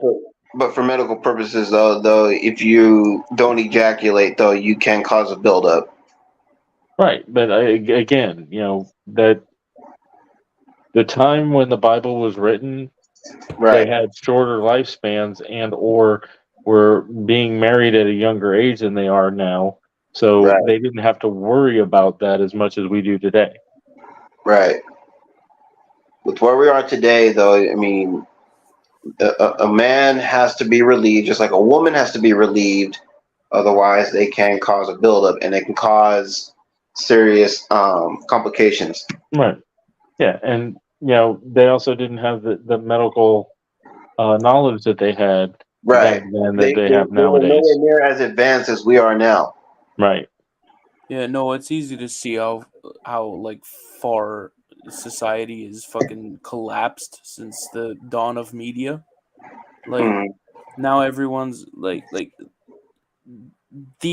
the scale of like guys that are like lonely men is like, look at the difference from like 30 years ago till now. mm, Like like this whole fucking like OnlyFans craze. Like I'm not one of those people like fucking hating on people getting their money. Like if you want to do OnlyFans, do it. I don't give a fuck. It's none of my business. But right. like it's ruining so many people's lives, Well, and porn in nobody's general ruins porn, lives. porn in general. Yeah, Yeah, porn has been doing that for eons. I mean, ever since its inception, it's been doing that. yeah, no, And and there's also been a constant fight in America over what to censor and what to not censor. Mm, Whether, art and pornography are the same thing or not. right. Because the human body is beautiful and done in certain ways it is art, but in done in certain other ways it's smut and or gross to people. So Yeah. that's been a fight most of the time from the creation of the Americas. Mm, It's like, where do you draw the line between art and censorship? yeah, And again, it also goes back to personal responsibility and personal control. You yeah. know, you're not supposed to be that's lustful. You're not supposed to be um, coveting your neighbor's wife, coveting your neighbor's goods. Those are all directly in the Bible. Yep. You're not supposed to be looking at what other people have and wanting it. You're not Yeah. supposed to be looking at women in porn or online or whatever and you know having lustful thoughts after them. Does it happen? Yes, we're all flawed, Yes. but you're not supposed to. yeah. Right. No, and that's something that I've really spent the last year of my life really working on is like self control, because Hmm. there was like, I mean, I'm not afraid of getting a little personal here, but there was a phase where I was like addicted to pornography, and I've told Tyler about this stuff, Mm, and Yeah, like and like we've explained it, like talked about it, whatever. But yeah. it was there was a phase where it plagued my life, and it started to take Well, like a well, really bad mental toll. Let me kind of cut you off right there because you made a very valid point or interesting point that I wanted to piggyback on. But at some point, I don't care who you are, every man goes through a phase where they look at pornography, you know what I mean, and possibly get an addiction to it. And then, but for some men, though, they learn how to break the addiction from the pornography. Some don't. Yeah, right. no, It it, it is. I've It's one of the person with an addictive personality can be addicted to things a lot quicker than somebody without. Yeah. My song Higher, it's if you really listen to it, it's from the perspective of someone with an addictive personality. You know what I mean? Someone who needs to get their fix. Right. You know what I mean? Because they're trying to escape from, reality or whatever the case. Right. So and it could be interpreted as someone being addicted to porn or someone being addicted to some form of drug, whether natural, man-made, psychedelics, Right. something cooked, doesn't matter. It's all relatable in that song. Right. yeah, And I wrote it in a way where like I don't agree with it, but I want people to know that I understand it because, like I said, I've had my issues with addictions of certain things. You know what I Right. mean? And I'm not ashamed to admit that. I'm a human being for crying out loud, and I'm not the only one who's had issues with Mhm. addiction. You know what I'm saying? But I find that talking about it through my artistic expression not only helps me, but then odds are it can help out whoever else cares enough to listen to it. Right. yeah. I No, feel you. and like I firmly believe I've made leaps and bounds with some of the like stuff, like with the addictions and struggles that I've had. Like I know that like marijuana was one for a moment where I was like relying on it. I got off that. I don't smoke nearly as much as I did. So I'm proud of myself for that. And with the whole pornography thing, I've ditched it. Right. For the most part. I'm not gonna sit here and say I'm perfect because I don't watch porn. No, there's times I break, but Right. that's part of the process. Right. But I think I'm gonna end up shutting it down. I think I've got to go use the restroom and take a poop. So Man, right when we're picking up steam too. yeah, I'm sorry. We've also been live for 3 hours, and then there was the 4 hours that we were live with Alpha. So Okay. Oh, if you must go, take a poop. We'll see you tomorrow. yep. Yeah. You party I'll talk- pooper. Well, that and we only have one viewer anyway, so it's a good time to shut it down. It's true. All right. Hey, have But- a good rest of your night, guys. Y'all All right, have a good one, and we thank y'all for showing up to the ATRL after party. Yeah. Every Thursday night after Alpha Tyler's ATRL, we'll be live chatting it up and running down what the night's events. Yes, sir. Yes, sir. So y'all have a good one. Talk to you later. Talk to you. Huzzah. Huzzah.